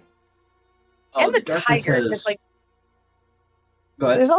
there's also a tiger out there. She hasn't forgotten about the tiger. Dire tiger. It's Yeah, a it's tiger. yeah, it's a I massive can't- fuck off could swallow you in one bite tiger. I know. Yeah, and also like so I brought the rabbit up for the tiger, but she ate the rabbit. I thought we were gonna smoke and have a good time. She ate the rabbit, guys. She ate it raw. She ate the rabbit raw. Yeah, Calliope's just gonna start grinding up some of the silver bloom. Yeah, You- yeah, she ate it. There's blood on her face, and it was still kind of hot, but it was scary, and I couldn't let her know I was scared. Cause you know, Grimilda, she's friends with Grimilda, and those types feast on fear. Like if you make yourself prey, they become predators. You can't. And she got big teeth, guys. She got big teeth. I didn't know what else. Hold up. She has big teeth. She ate a rabbit raw. Was this before or after she put her hand on your throat? Oh, this was way before. And you still thought it was a good idea to try and flirt your way out of that, and then she put her hand on your throat, and you still think this is a good idea to stick around here? Well, I did flirt my way out of it. I did flirt my way out of it, Aaron. I gently touched her wrist. I said, I know how confusing it is because I'm wearing your friend's face, but actually she's wearing my face and we're friends too. And she said we could look around, except in the basement. And I'm fine because I don't need to know what's locked away in anybody's basement, quite frankly. So, Beaufort hears you say that and goes, so wait, we can go in? yeah, we can go in the temple. We just can't go in the basement. She already told you that, didn't she? The whole marble, granite differentiation thing. You've gone too far. I thought she just meant I couldn't go in. Yeah. Maybe I'll make a Aww. visit in there in a little bit. Hey, Calliope, I have a genuine question for you. Yeah? You know that little voice that most people have in the back of their head that tells them when danger's around? Do you have one of those? I have Because I feel several. like you don't. I have several. I have more than anybody. That's how Any I'm that still warn here. you when danger's around, when you're in danger? Do you have one of those? Yeah. And that's why Do I'm you li- still here, Aaron. Do you listen Yeah. to it? Because I feel like you don't Yes, listen to it. Aaron. That is why I am still here, goddammit. You haven't revived me once. I hate bringing up how much you died, but you always bring me back to it. You haven't revived me once. In the year we've been Don't have together, healing magic. we have Excuse potions. me. I don't want to hear any excuses. God damn it. have I them, can't you heal have them. myself most of the fucking time. Because you have the healing potions, Calliope. And no Healing self-preservation. potions, I have healing magic, first of all, and it heals you guys. And I talk my way out of shit. So let me do me, and you do you. What happens on the day that you can't talk your way out of it and we watch you die, Calliope? You won't watch me die because I got other tricks up my sleeve, goddammit. Sure. I was gonna make my way out of that one too. God Aaron's damn, going back Aaron, to her will you girl. have some faith in me? We're gonna hear about it later.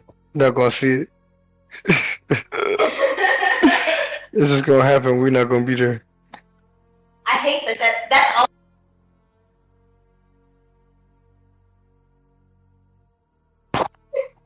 I'm dead. Aaron's gonna go back to her book. She's done talking about it. I thought she was gonna watch Calliope get tossed off that tower at 60 feet straight through the air. We thought something terrible was about to happen to her.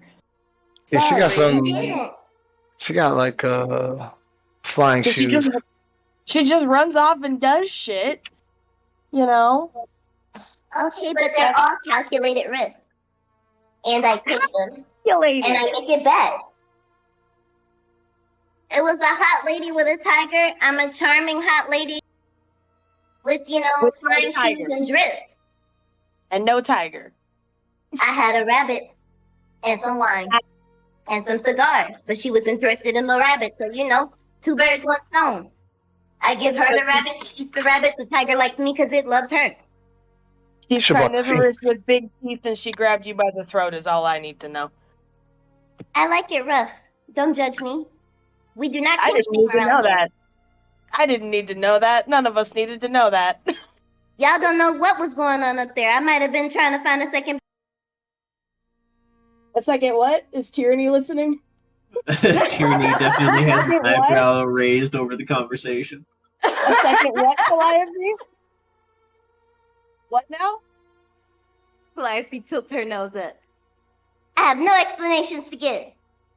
Mm-hmm. You heard me. I ain't stuttered. Your baby mama heard you too. Messy, Aaron. Messy. You said it. Yes. Out of curiosity, identify basically if I cast anything, identify an object or a subject, whatever, then it gives me everything that I need to know about the object, right? Or it's just Cast, magical stuff. If you cast Identify on an item, yes, it will give you any magical effects and/or the properties that it holds if it is a mundane item. Okay. Would you qualify Calliope as a mundane item? Definitely not. Crazy. Because I would like to cast Identify on her, just to figure out what the fuck she wants. On Calliope? I mean, you're definitely not going to be able to figure that out. I don't even think Calliope knows. But if you do use Identify on her, it would say female Kalishtar, give her age, and that's about the extent of it. Maybe whether or not she was charmed at all by the red lady up top. I want you all to stop treating me like I'm fucking helpless when I'm always helping you all. God damn it! There is no magical effects on Calliope at this time. She's just gonna At this time. sigh and go back to Good to making know. her potions. Fucking hell. I'm gonna get. Rat's X is curious for Calliope's blood alcohol level. Very low. Very low. Ooh. Oh yeah, no, she just did that reckless shit sober. She did that shit completely sober. She needs drink. That's what. Calliope's going she on needs. like almost a week now Withdraw. without a drink. Yeah, I know. Need to get her some. I'm gonna. Get her drunk. I'm gonna get that granite out and start grinding it into a powder, and then I'm gonna get my flask of holy water, and I'm going to use that holy water to make a concrete gelish type situation. I'm gonna use some of the So kind of making a homebrew flux almost. yeah, out of the granite, and then I'm going to make it into a kind of just like a regular rectangle shape, about the size. I would recommend adding charcoal to this mixture. That's what I was about to say. I'm going to use charcoal to help glue it together and to purify it at the same time. I'm going to make it into probably about, how big's my forearm's about probably 17, 18 inches, maybe. Probably about the length of my forearm. And I'm going to make a rectangle out of it. And I'm going to superheat it into a flexible-ish type deal. And as my ingot of the, is it called orichalcum? Is that how you say it? Yeah, one of the many ways of saying it, yeah. Okay, I know it's like the god metal or something, but I'm gonna use it. It's definitely a higher tier metal, but there are many types of metal in this world that are more useful, resilient, and stronger than orichalcum. But orichalcum's up there. Oh yeah, orichalcum is definitely one of the heaviest metals out Yeah. of the lore here. I'm going to get it superheated, and I'm gonna cut it in half because I don't need 20 pounds of it right now. And I'm gonna set the 110-pound little side of the ingot off to the side next to my stuff, and let it cool off. And then I'm going to take that other 10-pound and I'm going to hammer it until it is the same length and width as the piece of granite. And I'm going to lay that granite flux on top of my metal. And I'm going to begin to bang, fold, and just start making a piece of Damascus. And just, I'll go all night long or until somebody stops me and just bang, fold, and just keep going. That's what she said. Can I ask some? Yeah. Oh, good one. That was a good one. What are the qualities of that metal? It So, has can it- the heavy property. It has. Hold on, let me look at my notes real quick. Is It's it basically kind of alive? It's to my knowledge, it's not alive. It's not if we're not using what I think we're using, it's not alive. Then I was wrong in my calculations because the god metal is alive. And I don't remember what it's called, but it's something close to orichalcum or something like that. But if it's not that one that I'm thinking of, then Because- no, it's not alive. Because I happen to have a couple of darts with corrupting venom on them or poison on them. And if you happen to kind of combine those, you might come up with some sort of nasty weapon. So this will probably mean nothing to all of you, but it means something to me. Orichalcum has the heavy property, lesser resilience, ever sharp, and bludgeoning 2. Yeah. It's So it can make very sharp bladed weapons. It can make heavy and powerful bludgeoning weapons, and it is also resilient to most mundane damages. yeah. I look at if you come up and offer that, I'll look at you and I'll say, as much as I appreciate the offer, and I pull out my holy water container and I go, I'm making something that's probably gonna do a lot more than just poison someone.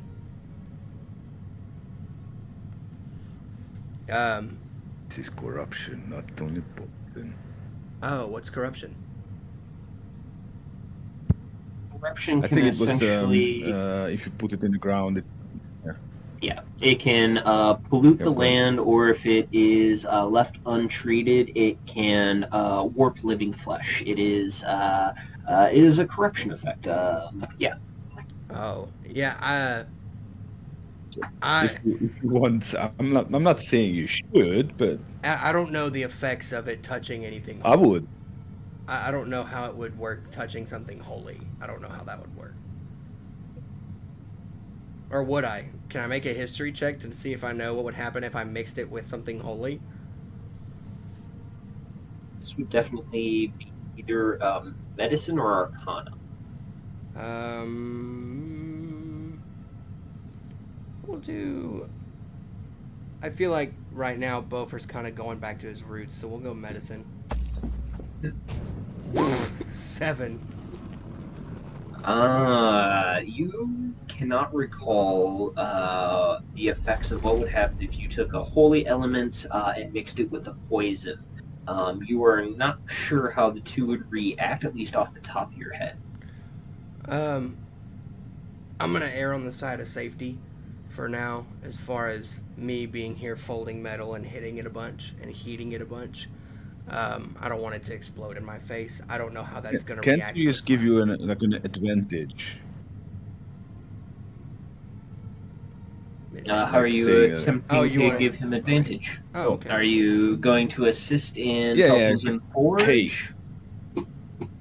I mean, we could take. No, the- it's kind of explain- inspire him, so to speak. kind of like explaining to me what Yeah, yeah, corruption it's like- means and how you. Yeah. I'll roll a Yes. 3. Yes. Explain it again, so it's I'm kind gonna of. cast guidance on myself. 15. You know what? Bardic inspiration. Give it the bardic Okay, inspiration. okay. I don't know what the deal One. is. I think it's D6 actually. Yeah. It Hey, I got a 21 now. There we go. Dang. 21 on That's medicine. what you want. Okay, there you go. So as you're contemplating it, taking a few minutes to continue your Damascus folding and just pondering on how these two elements would shift together. Holy water generally has the effect to remove poisons and curses from a body, and also the land itself if used properly under ritual or a power enough spell. However, you have never in your time dealt with an actual corruption element. You are not wholly sure how a corruption poison and a holy element would react together. If they would just cancel out, if it would just destroy the item, if it would just be rendered mundane, you don't know how these would react together. So here's what I'm gonna do, and I made it about 18 inches long. I'm gonna shave off 2 inches of my little fold thing that I got going on, and I'll stick that other 16. I guess now I'm shortening it down to a short sword, and I'll stick it back into the fire to keep it hot. And I'll take the 2 inches, and I'm gonna flatten it out, and I'll say, let's do a little experiment. Set it in the middle of this right here.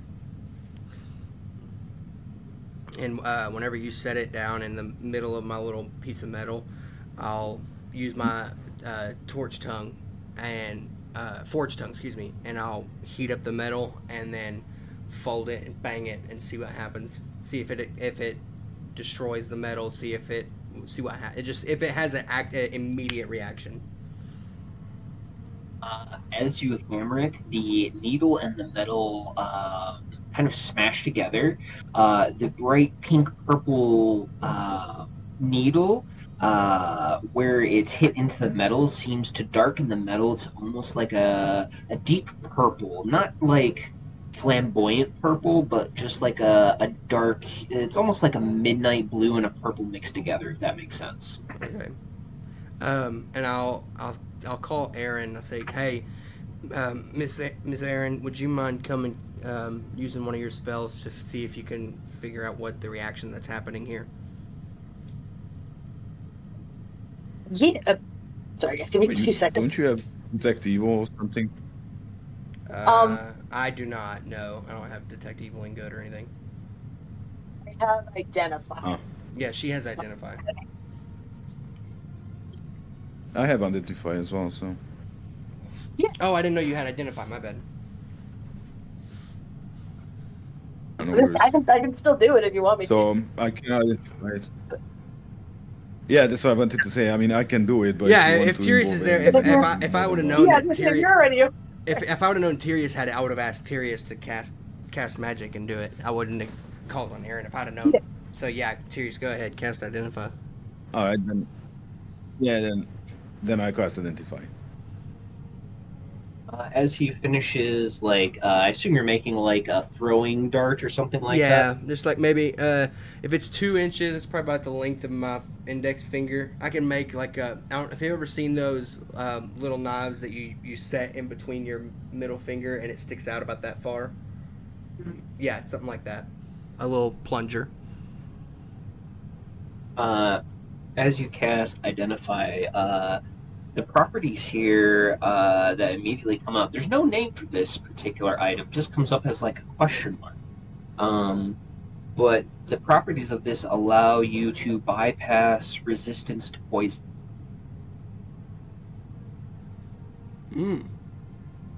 So Bofer goes, what you got there? We like. What happened? Well, Specifically, you can say that? bypass resistance to poison on undead. Okay, but only undead. Undead and fiends, devils. That's very specific. Yeah. So, there are some creatures and species that resistant to poison. Mm-hmm. Now, with this thing, you can ignore that resistance. Oh. So you just cut them and then they get poisoned. Anyway. Okay. Okay. Do you still have that do you remember that gas or that stuff you had made back in when we were traveling the other day? That stuff that was super powerful. Do you still have any of that? Yeah, I think I have one left. Uh, I think I have one left. would you be okay We if used only one. we We made 5, I think. would you be okay with putting a little bit of it in this small thing and seeing if it boosts that effect? Oh, are you kidding? And there you go. You can have 2 of them if you want. I just take the one. I don't need a big one. I'm making a small thing here, and I take that soup. I don't remember what you call it. I think it's called gluttony or something like that. Like the super strong poison he made, and I'm gonna put it into the fold, heat it up again, and start hammering away and try to make it, into one.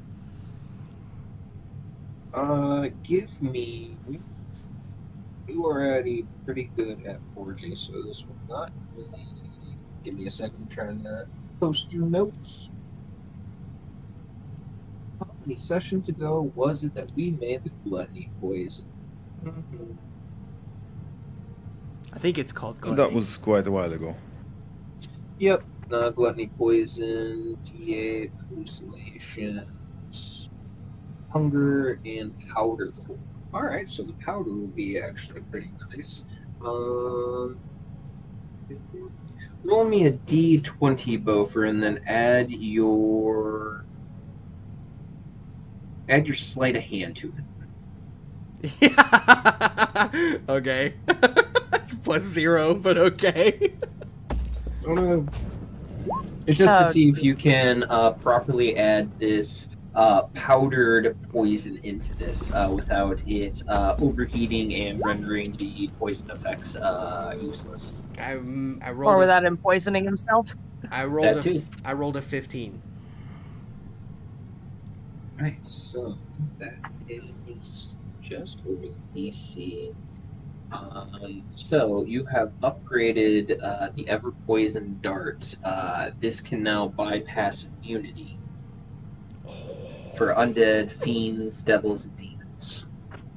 So I look at you, Tyrius, and go, so what'd you find out? Well, that was resistance. This one is immunity. So, go nuts. Okay. Then this weapon's for you. This weapon's for you. And I'm gonna spend. I'll leave my little 16-inch short sword that I'm making in the fire, and I'm gonna sit here and mold away at this plunger. This little bitty. All it does is it looks like brass knuckles on the inside of your palm, but the knife actually sticks out in between your middle and third finger, and it sticks out about 2 inches, and it fans out. It looks like a spade almost. I'm honestly tempted to give this a sneak ability as well, because that technically qualifies as a hidden weapon. It's like Deadpool's baby knife. Yeah, it's exactly what it is. It's baby knife. It's exactly what it is. They're called plungers, and it's meant for you to punch, twist, and pull. And poison. But I'm gonna hidden weapon 1 for the upgraded effect, so you deal an additional 2d6 on your first strike with it. Beautiful. I'm gonna spend some time getting it right, and I'll use some little strips of leather to kind of make the underhand a little bit not so like up against your finger with metal where it's rubbing against your hand, so that way it's more comfortable to hold. You said it finishes when the metal is like when I cool it off. What color do you say it turns? So if you're talking about the plunger, it's going to have this dark blue purple base, but you're going to see these like veins of like almost like a translucent pink in the plunger itself. Where the Damascus is, it's almost like where you put the flux. The powder from the gluttony poison has tinted that like a bright pink color. Beautiful.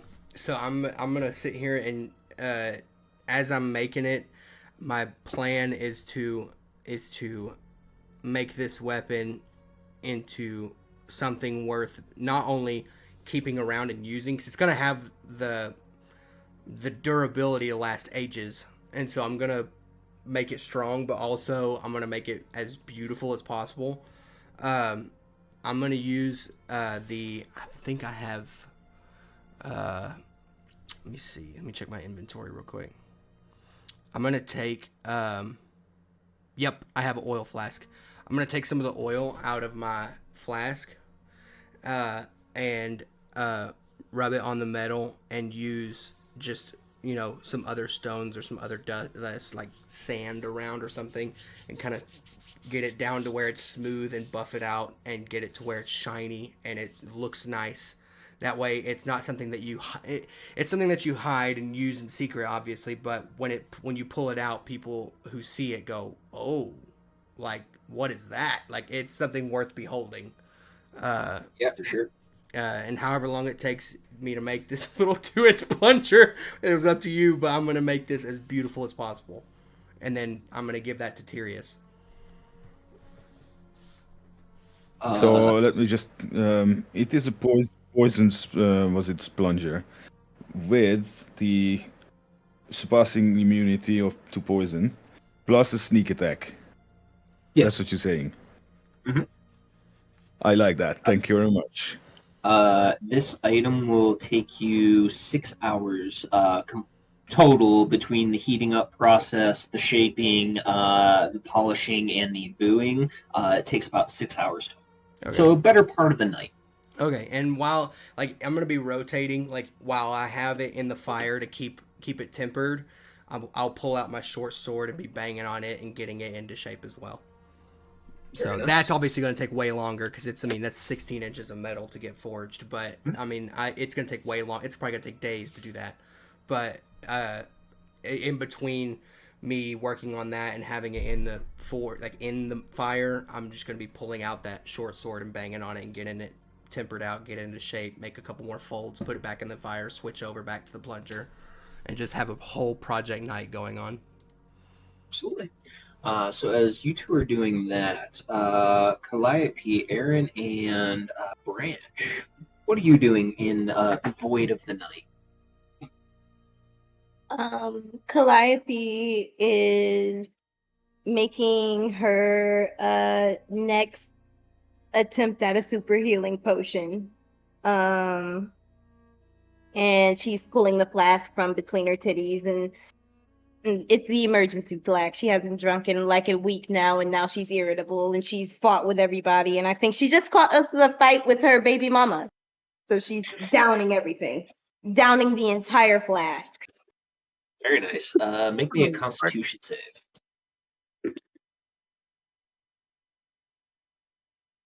Remind me again why she hasn't been drinking, by the way. Because everything we brought on the trip, to her understanding or like by her rules, were ingredients. Calliope has gone full obsessive over alchemy because it is useful and it can keep you guys alive. So she's like, no, we don't drink anything. But Wait, it's not also even fucking the up her health. wine? Just regular wine? She doesn't know that it's regular wine. It's unmarked. And she's afraid to test it without putting it in a potion. Oh, Lord. Yeah. She doesn't know where it came from. And everything else we got was magic. She has 2 people in the party that can cast Identify. Why didn't she just ask? You would also have Why seen didn't you guys Tierney do it? drinking from that particular 6-pack of wine that was left behind in the cart. Wait, what about the wine? Wait, what? You would have seen Tierney drinking from one of those unmarked bottles. Yeah, no, so okay. So clearly somebody has already 30, tested it. 20. Oh, man. All right. Yeah, you smash your flask, and like the champ you are a little loose. Like you feel like a very light buzz on happening. You feel a little bit of that edge kind of disappear. You look around, and everyone's face doesn't really annoy you anymore. It's a good feel. It's a good feel. Calliope's gonna leave her mage hand to tend to the potion she was babying, and she's gonna kind of just waltz her way over to Aaron. And she's gonna plop down, all sad. She's gonna go, I'm sorry. I'm just being bitchy, and I shouldn't have been bitchy to you, and I know you're just worried that I'm gonna die, but also don't worry that I'm gonna die, because I'm not gonna die. I haven't died yet. Erin's gonna sit for a second and take that in, and then just close the book she had in front of her and turn to Calliope and be just like, how do I put this? I'm worried about you because we're friends and your life matters to me, just like my life matters to you. And if anything happens to you, that's a problem to me. That's why I get so upset when you just wander off like that. You need to stop doing that. Okay. But also, nobody, like, when everybody else wanders, they get hurt. I wander and I come back. Can I get some credit? And what happens the day you get hurt, Calliope? You're the one who heals everybody. So if you get hurt, then what? Well, Then we're all you have to screwed. remember, I'm a charming motherfucker. If I am willing to get in that close, it's a calculated risk, alright? I don't think anybody would murk me. If I have anything to do with it, nobody would murk me. I admire your audacity, Calliope. I truly do. I'm terrified it's going to get you killed one day. Yeah, well, I'm not. So can we just enjoy today where I'm not dead? Fine. Today. Today. Today we're not dead. Today. Today, tomorrow, Venom.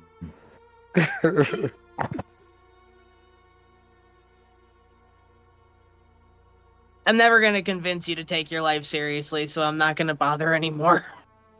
No. She goes back to her I book. take you guys' life seriously, so isn't that enough? I'd rather you value your own life. I'll be back. It's valuable. It's worth valuing. You matter as a person. How many of you do I have to beat that into before you listen? I mean, maybe 3. Yeah. Like, at least you and Beaufort. Oh, I thought you were talking about how many versions of me, because I'm coming back. Oh, no, how many of you as in, like, the people in this party? Oh, yeah. Oh, maybe 3 then. Yeah, still. The answer is the same. I like that. I mean, I feel like Branch and Tyrius are pretty self-actualized and, like, care about themselves and shit. But you and Beaufort, I'm worried about you and Beaufort all the time. Just all the time. I come back. And Oh. I come back unharmed. So, can you stop worrying as much? Just as much. If Not you're knowing. not as reckless, if you promise to not be as reckless and run off ahead of us all the time, as often, then I'll be cool. Okay, but can we just come up? Okay. On this, okay. But just hear me out, okay? Just hear me out real quick. Can we Okay. come up with a signal for when I'm in trouble? Yeah, a signal would be great. A signal would be good. Okay, 'Cause, what's the signal? Prestidigitation can do things. Okay, wait. I can So what's the either signal? cast. Well, casting light on my hair when I'm in trouble is kind of weird, because I cast light on my hair a lot. I do. Yeah, no, that'd be too obvious. It has to be something you wouldn't normally do. Okay. So we know it's like it's go time to run in and save your ass. Let's see. Well, if I I want... assume we are not What's the safe word? in. What's the Oh, maybe I'll just mind link with Aaron and go pumpernickel. It's gotta be. Pumpernickel. I wanted to say exactly the same thing. It's like, why do you need a signal when you just tell link or whatever link? Yeah. No, it Well, would have to be. It would have to be like covert. So that actually makes perfect sense. Pumpernickel. You said the safe word is pumpernickel. Yeah, because when would I say pumpernickel? I hate that shit. Or Unless the sentence you could also for say me just, is I fucking hate pumpernickel. I didn't So know you let's- hated pumpernickel. So I I'm in learned good trouble. things today. Let's agree as a team that Calliope is either the one that separates from everybody or the one that goes by themselves. Because she's the only one that can just talk to anybody at any time. Yeah, the rest of us all stick together as a party. That's Everyone what I'm else saying. sticks together. But she's the only one that can sound the alarm that there's trouble. And she's the healer. So And she's the we- only one that ever does go off on Here's- her own. so we have to make sure. Yeah. So here's the question now. Do we use her as a distraction or do we use her as a scout? I mean, I'm a really good distraction. I'm not inconspicuous at all. No, you're really So, not. yeah, You're I was very about to say the conspicuous. scout would not work at all because No. she's Branch, if also the anybody's healer. scouting, I would think it would be Wait you. a second. Because I've been really stealthy. I've been really stealthy. And I got this cool cloak, and Calliope's gonna throw her hood over her head and just like cast up gang signs in front of her face. You can't see me. Like I'm right here right now, and then I could be over there right now. Y'all never know. You got me at gang signs. I'm sorry.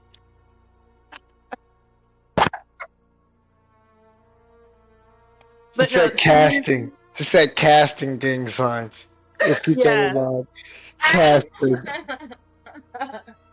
But so, okay.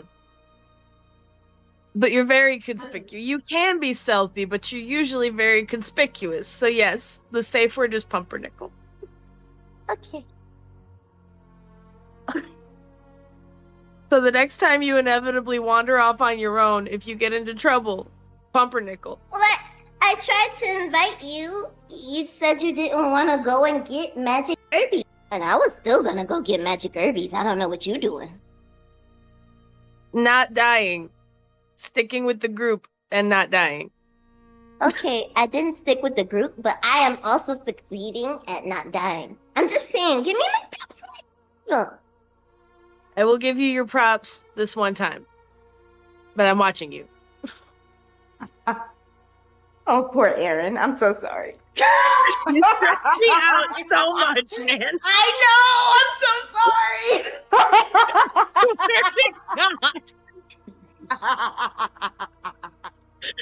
Poor Erin. Everybody she loves died in front of her, and she's just like, "Bitch, why do you keep leaving?" No. What I'm saying. People wander off and then they get lost in the fog, and then she's the orphan. You know? It's the trauma. It's just the trauma talking. But like, Just you the also are her. You are her friends, and she likes you guys. And like, you know, don't want anything bad to happen to you. Nah, I got tricks up my sleeve. Don't worry about me. Mm. I'm a tricky bitch. Don't worry. No comment.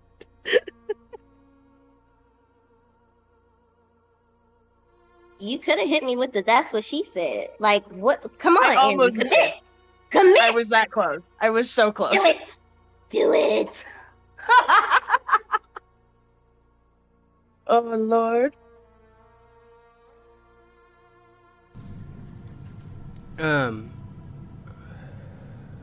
Yeah.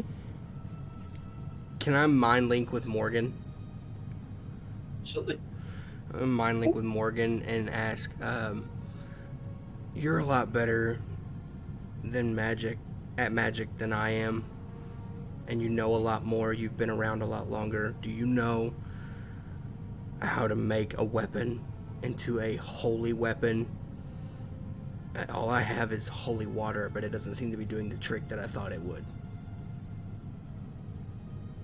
Morgan chuckles. Did you just call me old? No, ma'am. I would never accuse you of such. She almost has like a joking chuckle to Yeah. her tone in your mind. Bofer smiled a she little bit. goes, Do you Aww. require such a enchantment? I would like to acquire it, yeah. Well, although I am not particularly good at the holy element itself, we do have someone in our repertoire that is. And she looks over at Tyranny and she begins to kind of like whisper at Tyranny as Tyranny kind of like looks over at you with a raised eyebrow and a curious smile. I wave her to me if she has more info. I wave her to me, and I kind of do my hands like this and point out my work that I've done thus far. You showing her the plunger or The short sword. The short sword. The plunger I can show off, but Bover's not in a show off mood. He's right now he's in the mode of making something for a purpose. Tyranny flies over and kind of hovers over your shoulders, and she goes, "So, what are your plans with this?" Annihilating evil. Interesting goal. Is this the weapon that would be best suited for you for that? As someone who is very strong, feels very strongly about the people he cares about, yeah.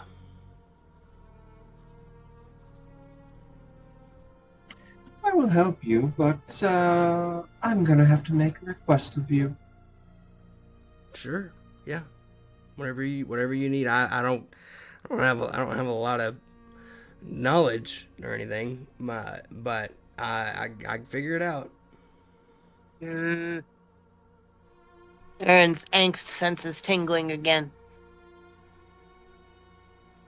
From across the fire, she just feels Bofer feeling bad about himself over there. No, that was a not flirting, but flirtatious way of saying I'll do whatever you need. Oh, it's because he keeps saying he doesn't have as much knowledge or as much magic or as much whatever. I'm sitting here just like, yes, he does. He does, though. Tyranny Feel puts good about yourself. hands on either side of your shoulders. She goes, "If you want my help, I'm going to need you to smile through the rest of this process." Aww. And don't half-ass me either, otherwise I'll sick Calliope on you. She'll do it, too. Bofer smiles, and he smiles for a second and goes, "Do you think they can see us?" Who? The gods. There's one thing for certain. I know you at least have caught the eye of one. Have faith in yourself, Bofa, like you have faith in Morodin. He crafted you, after all.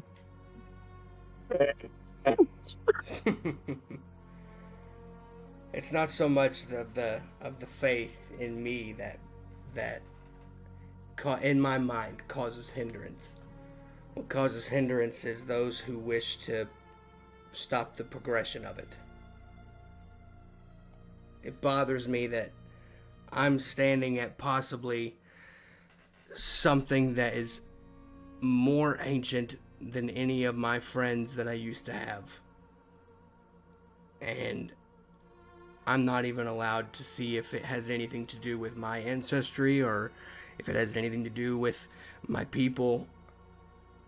I'm looking at, in my mind, a gold mine of knowledge, and I can't even begin to take part. And as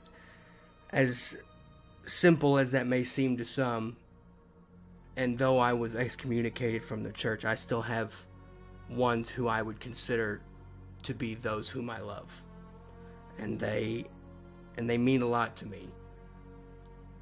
It's hard to stare at the thing that you love but also causes you the most grief, and just beg and yearn to know more and be told no.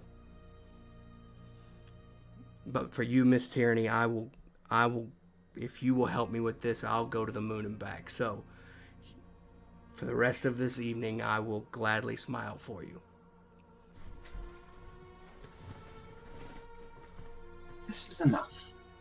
And she reaches up to her shoulder where you see these bright white scales that have this slight gold tint to the fringes.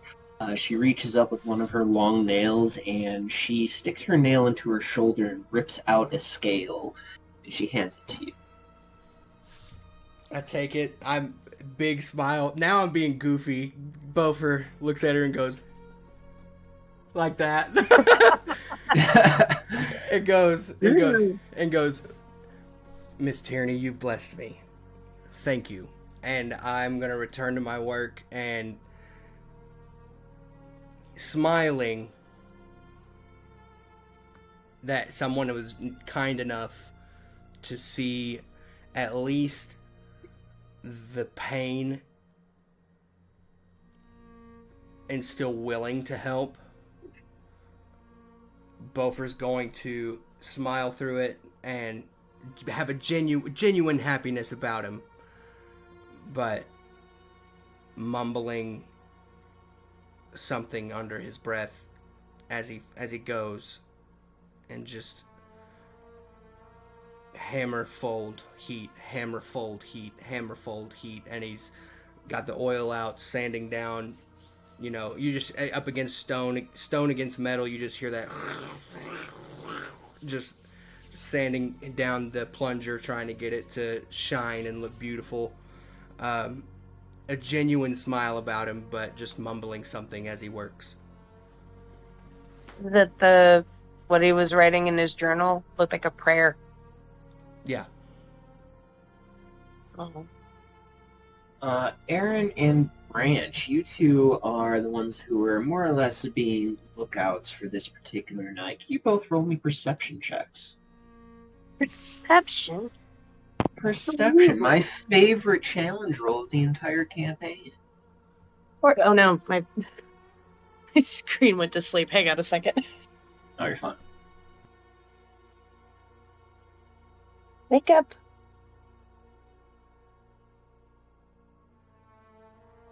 There we go. Oh, there we go. All right. Perception.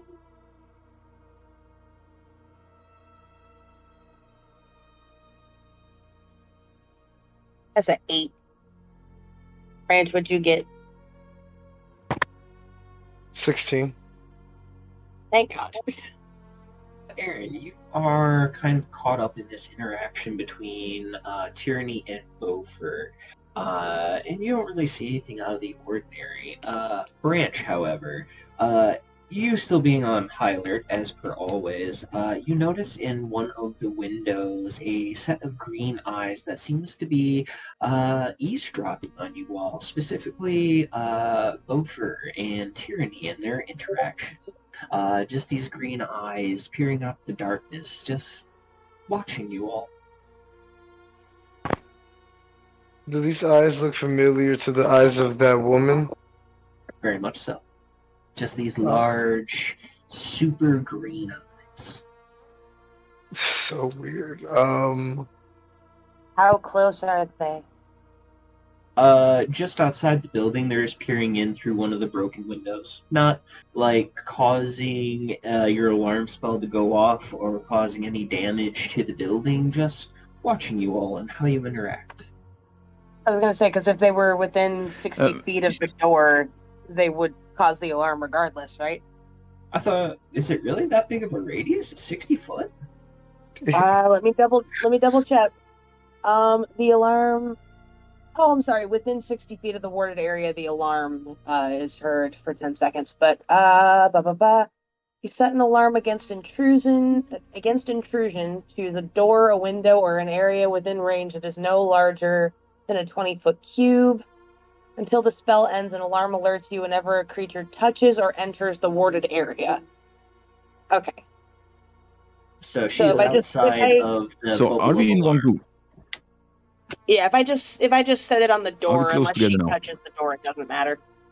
Yeah, so the way I imagine it is the perimeter of your alarm is basically from the door to 20 feet, in any direction of the door. So, yeah, it's essentially like So if she a touches that, 4x4 cube, essentially, but this map is inaccurate for that, so a little bit. Yeah, so she would be just outside of the given alarm radius. She is on the outside of the building and hasn't really touched the building. She's just, again, just watching you out of all curiosity, if anything. why do I have the feeling she senses the alarm spell is there? It is like towing the line.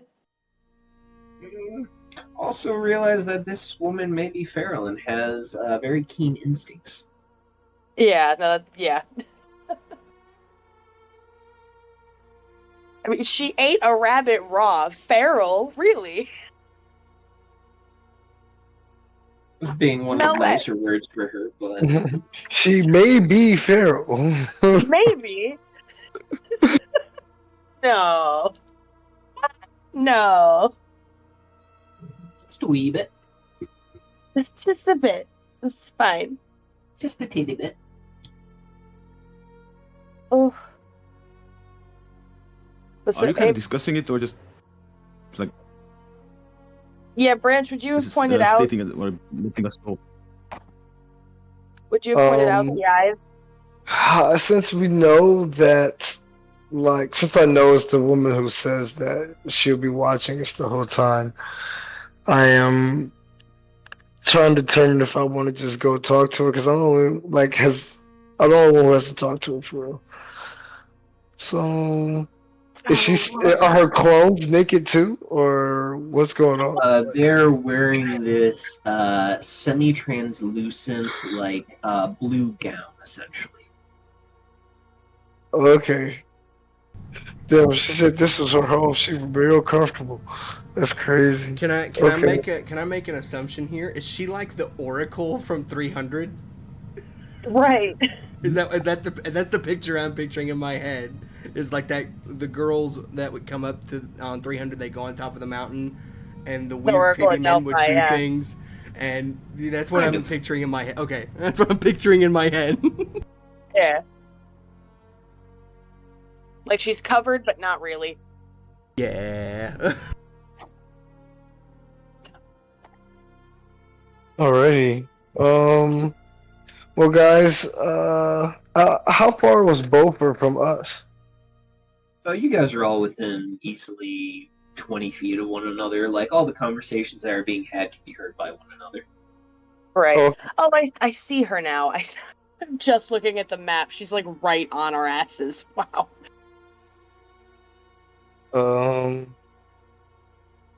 Shit. I do not share the information. We already know she's everywhere, so I'm like, I just go, I just audibly go, oh, that's kind of, and I Branch goes back into the safe house to talk to Jerry on. I want to do an animal handling. I want to teach Jerry how to scout, and I would like to go out. That's sick.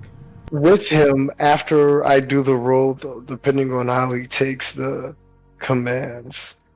Yeah, You really just that's crazy this? Rolling that boy. God damn it, bro. This 2 is killing me. It's right next to me. I keep getting Gary kind of looked at you and was just like, no, sorry, bro, not tonight. Not this day. He said a lot has happened. He's tired.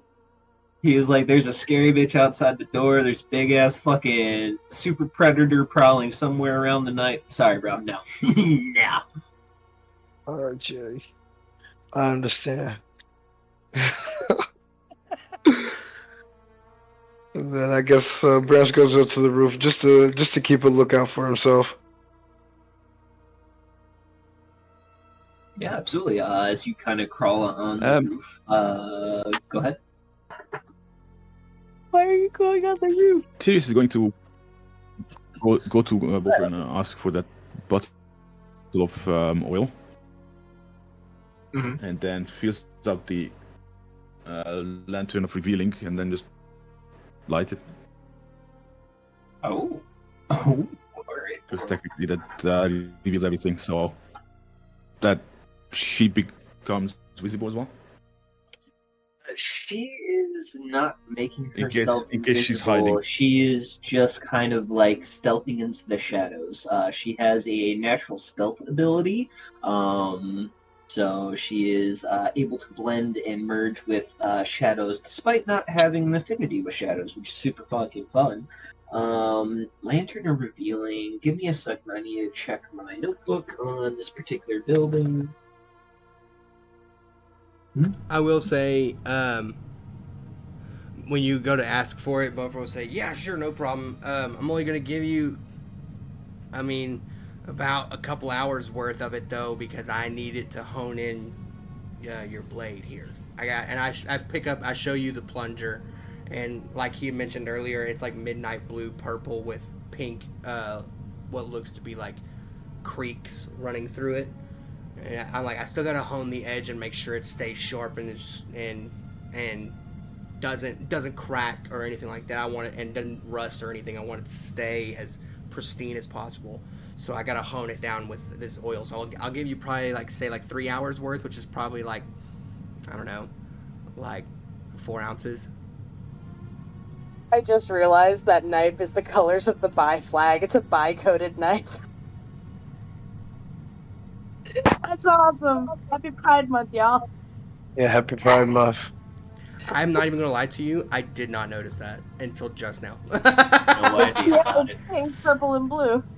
I did not even notice that until now. That knife gets a +5 damage on men and women. There you go. It's an equal opportunity knife. Yeah. It's equal lefts and equal rights. Yeah.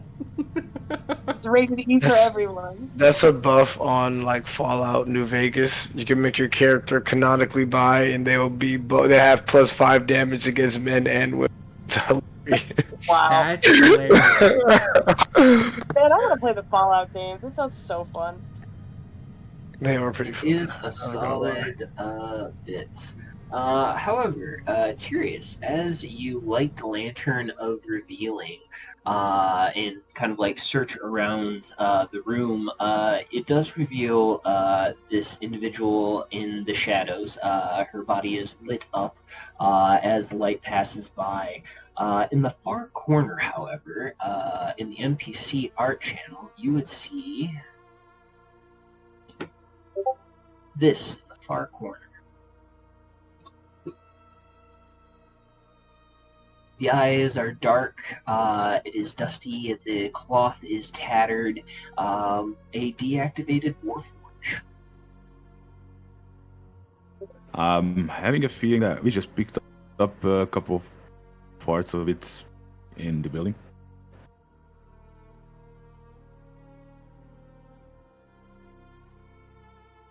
Oh yeah, obviously I'm going to let Buffer know. This thing is here.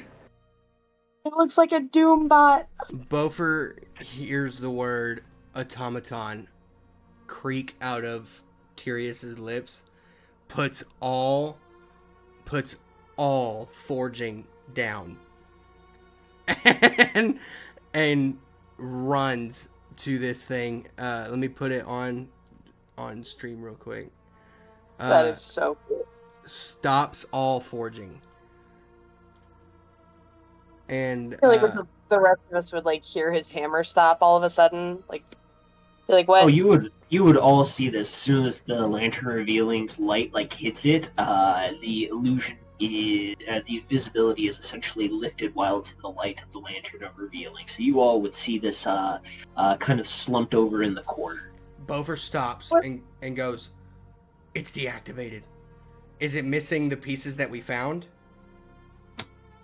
It appears to be whole outside of, there's a missing piece in the center of the chest. Appears to be like a large circular core. It seems to be missing.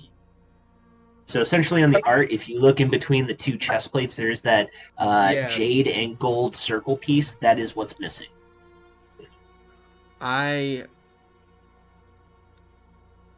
I call up to Branch on the roof and I say, "Branch, do you see that? Do you see that woman anywhere?"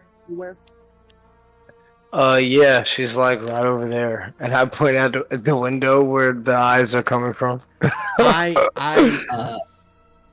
was gonna say, as soon as he points, I'm going to her. I'm gonna go to her. I'm gonna say, Well, she is revealed as well. Yes. "Oh, okay." Then I'm gonna go up to her and I'm gonna say, "Hey, I'm sorry. I do not know your name, and I apologize if this is rude. It's missing its core.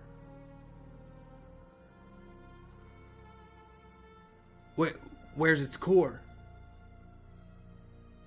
Inedible. Noisy. Is it Like is the it? rest of them. Oh, wait. That's what you meant by inedible. Wait a minute. Oh, so are these undesirable to you? Because they're very desirable to me. I would love to get a chance to study these. She kind of like makes a frowning face and like hisses towards the Warforged as she takes a piece of her cloak and like moves it down. You see that there is this kind of gruesome dark scar across her shoulder. Oh no. Aggressive. Oh no, I'm so sorry. No, that's not.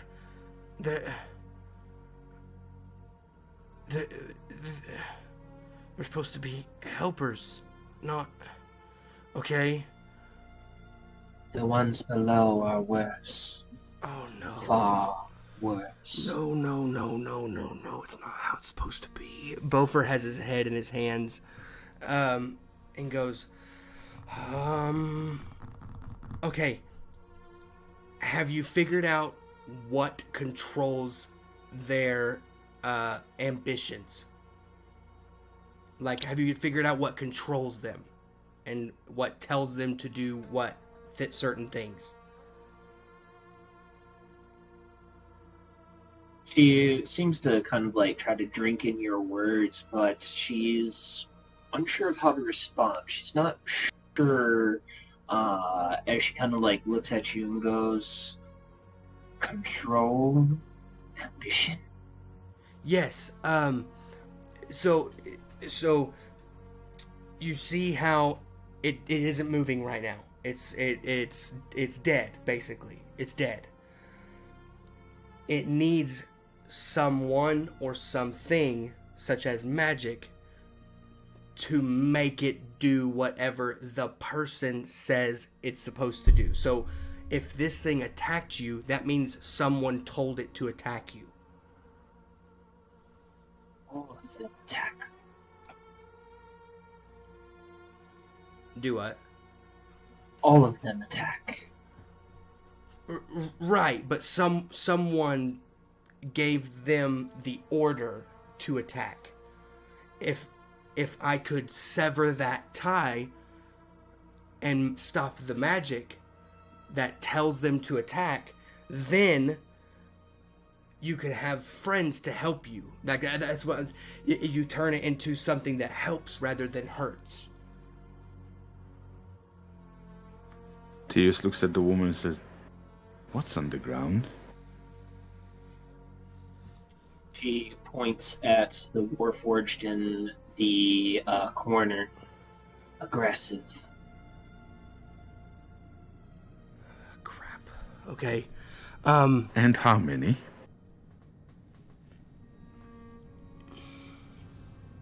Many. Beaufort looks at all of you and goes, "Guys, it's getting increasingly harder for me to not go. It is getting increasingly harder for me to not go down there. I need someone to bring me back to reality. It is. He told you there are many fucking enemies. Oh, wait, what? I have to be the voice of reason. Motherfucker!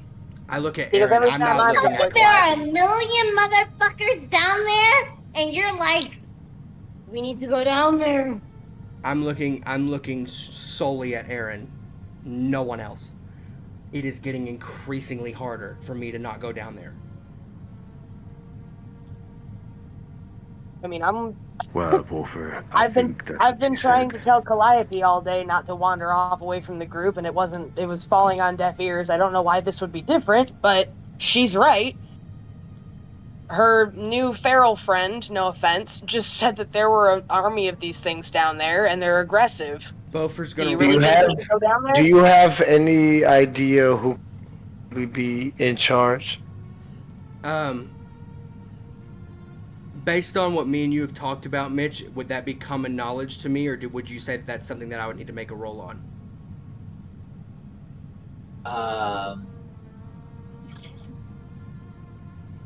It's a tough one. The issue is this is a long forgotten point of interest. Not only abandoned, but there are other things that you guys don't quite know what's going on, so it is kind of hard to have you roll on something that you don't know the mechanisms of. Right. I'm thinking. I'm strictly thinking about the history of Morodin and the separations of different things from Morodin. Well, so you would have known that on your initial rolls last week, you guys would have known that this was probably a facility for manufacturing sunstones. But you notice that all the pillars, none of them have sunstones on them. Right. Normally they would. Right. Mm-hmm. Is there a way you can control these things, Beaufort? Here's what I'm saying. It takes insane levels of magic to operate one of these things with it giving it an initiative in which it helps you or helps your party or helps the tavern, helps the whatever. It's insane levels of magic. However, to do it on a multitude is increasingly more difficult. Right. I think the task will be difficult if we don't convince our lurking friend to come with us. Here's my thing. Because I'm saying if I could sever the magic on just this one, and then learn how to get it back, we might have a way of oh gods. Beaufort's like, it looks like Beaufort is going through a Rolodex of options in his mind. do these bots have like? Because I don't think Branch has any idea, but like the workings of these the machinery from dwarven people. So I have never seen a war branch. Yeah. Like, these beings are not generally in the Feywild ever, because most of the ruling Archfey and powers that be in the Feywild generally refuse these contraptions in, because they are not of the natural world. Beaufort, if we take one, is it possible that the other ones will know that we took one? Is there like a hive mind type deal with these bots? Not wholly sure on that. To my knowledge, on automatons, they're only Turned off, so to my knowledge, since this one is off and unoperational, it's already disconnected from the hive. yeah, that's what I meant. To my knowledge, I don't know, but to So my what we knowledge. Right. What we Hey. could do is put it on the cart, take it to like mile or 2 miles away from this place, and try to do whatever you want with it, But and then see. I look at all And of you. if it attacks us, then no. Bofer looks at all of you, and then also looks at Tyranny and Morgan and goes, "These are the things of, I mean, legend, like legendary. I cannot express it. I've never seen one in person. I have only been ever raised with, you tell kids stories about the amazing legends of your people, and that's what I've been told. This is, oh, it's getting so hard. Oh, it's getting so hard. Shoot. Bofer's gonna search for a way to open the top. Usually on robots, most of their like operational initiative parts are in their head and or back of neck.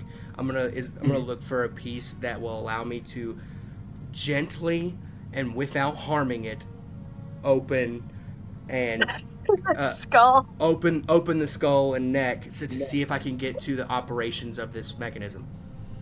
You Is already that word- see Morgan Yeah, just make sure- kind of tinkering Seven- before you Thank see God. her touch like a piece on the side of the skull or the face of this thing, and you see the brow, forehead, and essentially like mouth, nose region all kind of like disconnect, separate, and open up. And Morgan kind of looks and goes, "This would have been the initiative of any of the minions, I guess you could call them. If you notice at the elaborate armor here, it is much more intricate than a lot of other Warforged." And she kind of like, who has the pieces that you found earlier? I gave them all to Tyrius. Tyrius, would you allow me to see those for a moment?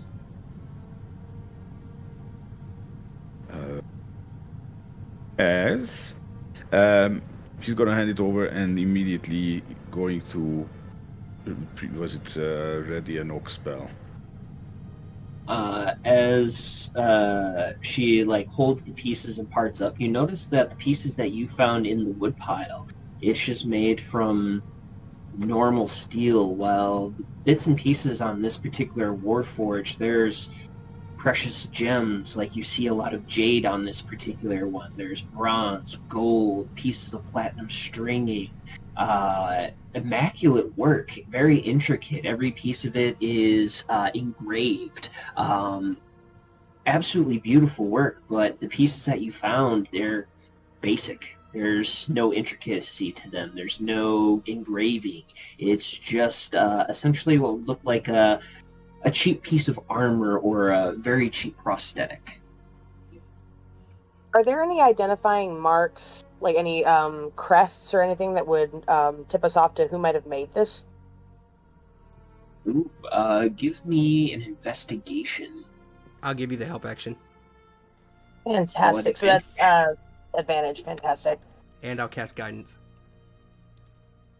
Okay, first is 15.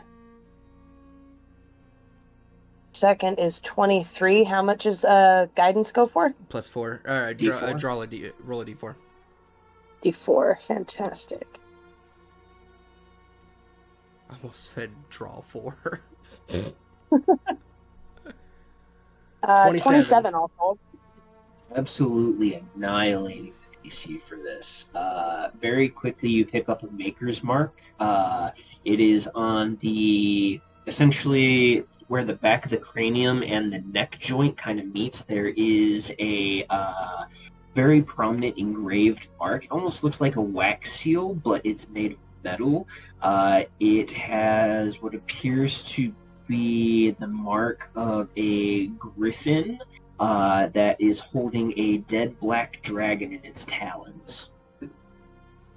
Oh, wait, I know that one. Wait, hang on. That's the homeboys, What? is it not? Is it? That sounds familiar. Why does that sound not familiar? Is that not the Pendrakes? No, not the Pendricks. No. There was somebody at the guild though that had that crest, didn't they? Why does that sound so familiar? If you wish to make a history check. I'll make a history. I would love to. Wait, what's your history? +6. I got 17. Add another D4. Another D4. Heard.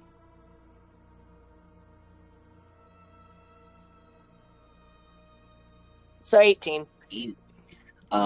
This is the Maker's Mark and family seal of ssrazetheidolss, one of the ruling Sure. names over the continent. I One of the- fucking knew it. I knew that sounded familiar.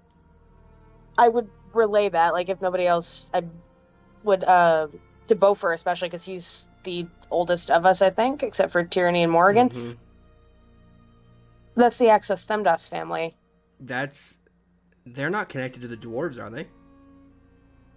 That I don't know. They do have connections with almost every crafting race in existence. They have made their fortunes through selling weapons, patenting weapons, war machines, and excessive trade with mineral-rich continents and races such as the dwarves, the Duragar. Certain places they have even been known to trade with the deep Feywilds. So, but they're not themselves dwarves, is what I was getting at. They have Sure. married into some dwarf families, much like the Pendrakes have, but they are not exclusively dwarves. The vast majority of them, ironically enough, are human. They're war kings, though. I'm looking at the lore channel. Beaufort starts like looking down and going thieves, and I'm gonna look at Miss Morgan and go, can it be separated? Separated how? From the hive, from what she's telling us is down there. In all honesty, we would have to investigate at least the upper levels of the temple before we could get a better idea. I look over at What that I'm- red-haired lady and I go, you said we can't go downstairs, but we can look into the upper levels, right? She nods in confirmation. Cool. Beaufort's off. I'm gonna start climbing the walls and going inside. Okay. I don't. All right. I can't jump. I can't get. So you just see an old man struggling to climb a wall and get up there. I got little legs. Yeah. Got little hands and little legs. But with this affirmation, I think this is a good place to leave off for tonight. Thank you for watching. Very much appreciated. I'm so glad you enjoyed it and stuck out to the end. Come back and see us live on stream, on TikTok, X, wherever you can find Raise the Idols. Come check us out. Stay up to date. All the fun things. It's going to be amazing. What an amazing ride. What an amazing story. And I hope you follow along.